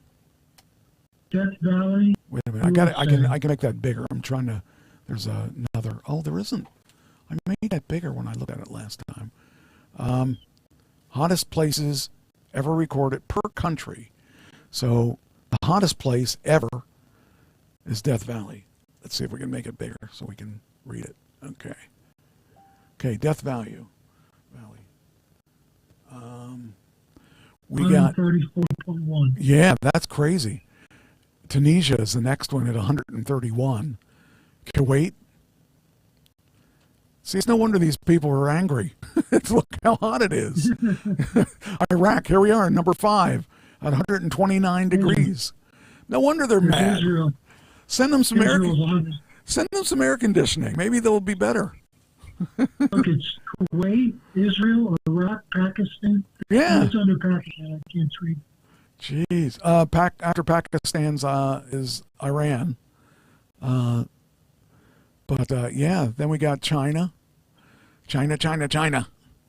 I mean, it's crazy. Those temperatures are like, I never realized that we were getting temperatures like that. How come Death Valley's so high? It's the lowest place on Earth. Oh, okay. All right. Well, you know an answer then. That's good. I just never really would have thought that. I just, it just seems kind of, I would have thought that it would have been like the Sahara or something, But where's the Sahara? Where would that be? Is that one of these? Sahara. I think it's Africa. Africa. Well, let's see if there's any Africa. We don't even have any Africa in here. Wow. But Death Valley, it won an award. It won 134.1. It sounds a lot better at 58.7. So, all right. Well, I guess that's it. I've wasted enough time. Not that I consider it wasting time, but let me get rid of the cocaine thing. And, yeah, kind of crazy. All right. You got anything else you want to talk about? No, I'm good. Good. Yeah, I think we had a good show. Yeah, we did. But, one last thing. Last week, we had those 2 obituaries, Randolph Mantooth and Bonnie Tyler. 2 questions. Well, 3 questions. First question, who do you think got more watches? Well, I would guess Bonnie, but I'll bet you it was the other one. All right, and how many you think Bonnie got, or how many you think Randolph? 47 for the Randolph. Okay, 47. And how much do you think the other one got? 15. If I told you that you're way off, I would be happy. You are way, way off. In fact, this is the best we've had in ages. And I'm going to show you what we did do. Let's see, here they are. Bonnie did 360 views. Randolph did 479 views. Wow. Wow. That blew my mind. I mean, that's the best we've had in a long time. Here I was getting regularly, 100 and, but like even Ted Turner, he got 32, Dave Mason got 26. Daryl Sheets of the Storage Wars, he got 92. Dash Crofts got 107. And then we get 360 and 479. That's good. That's a good showing. So I was happy about that. Just to let you know that people do watch. So that's it. All right. Well, then that's, I think that's a wrap, pretty much. As soon as I figure out where the ending credits are. Oh, hold on. Where are we at here? There it is. All right. All right. I will talk to you next week. So, hit this button, I believe.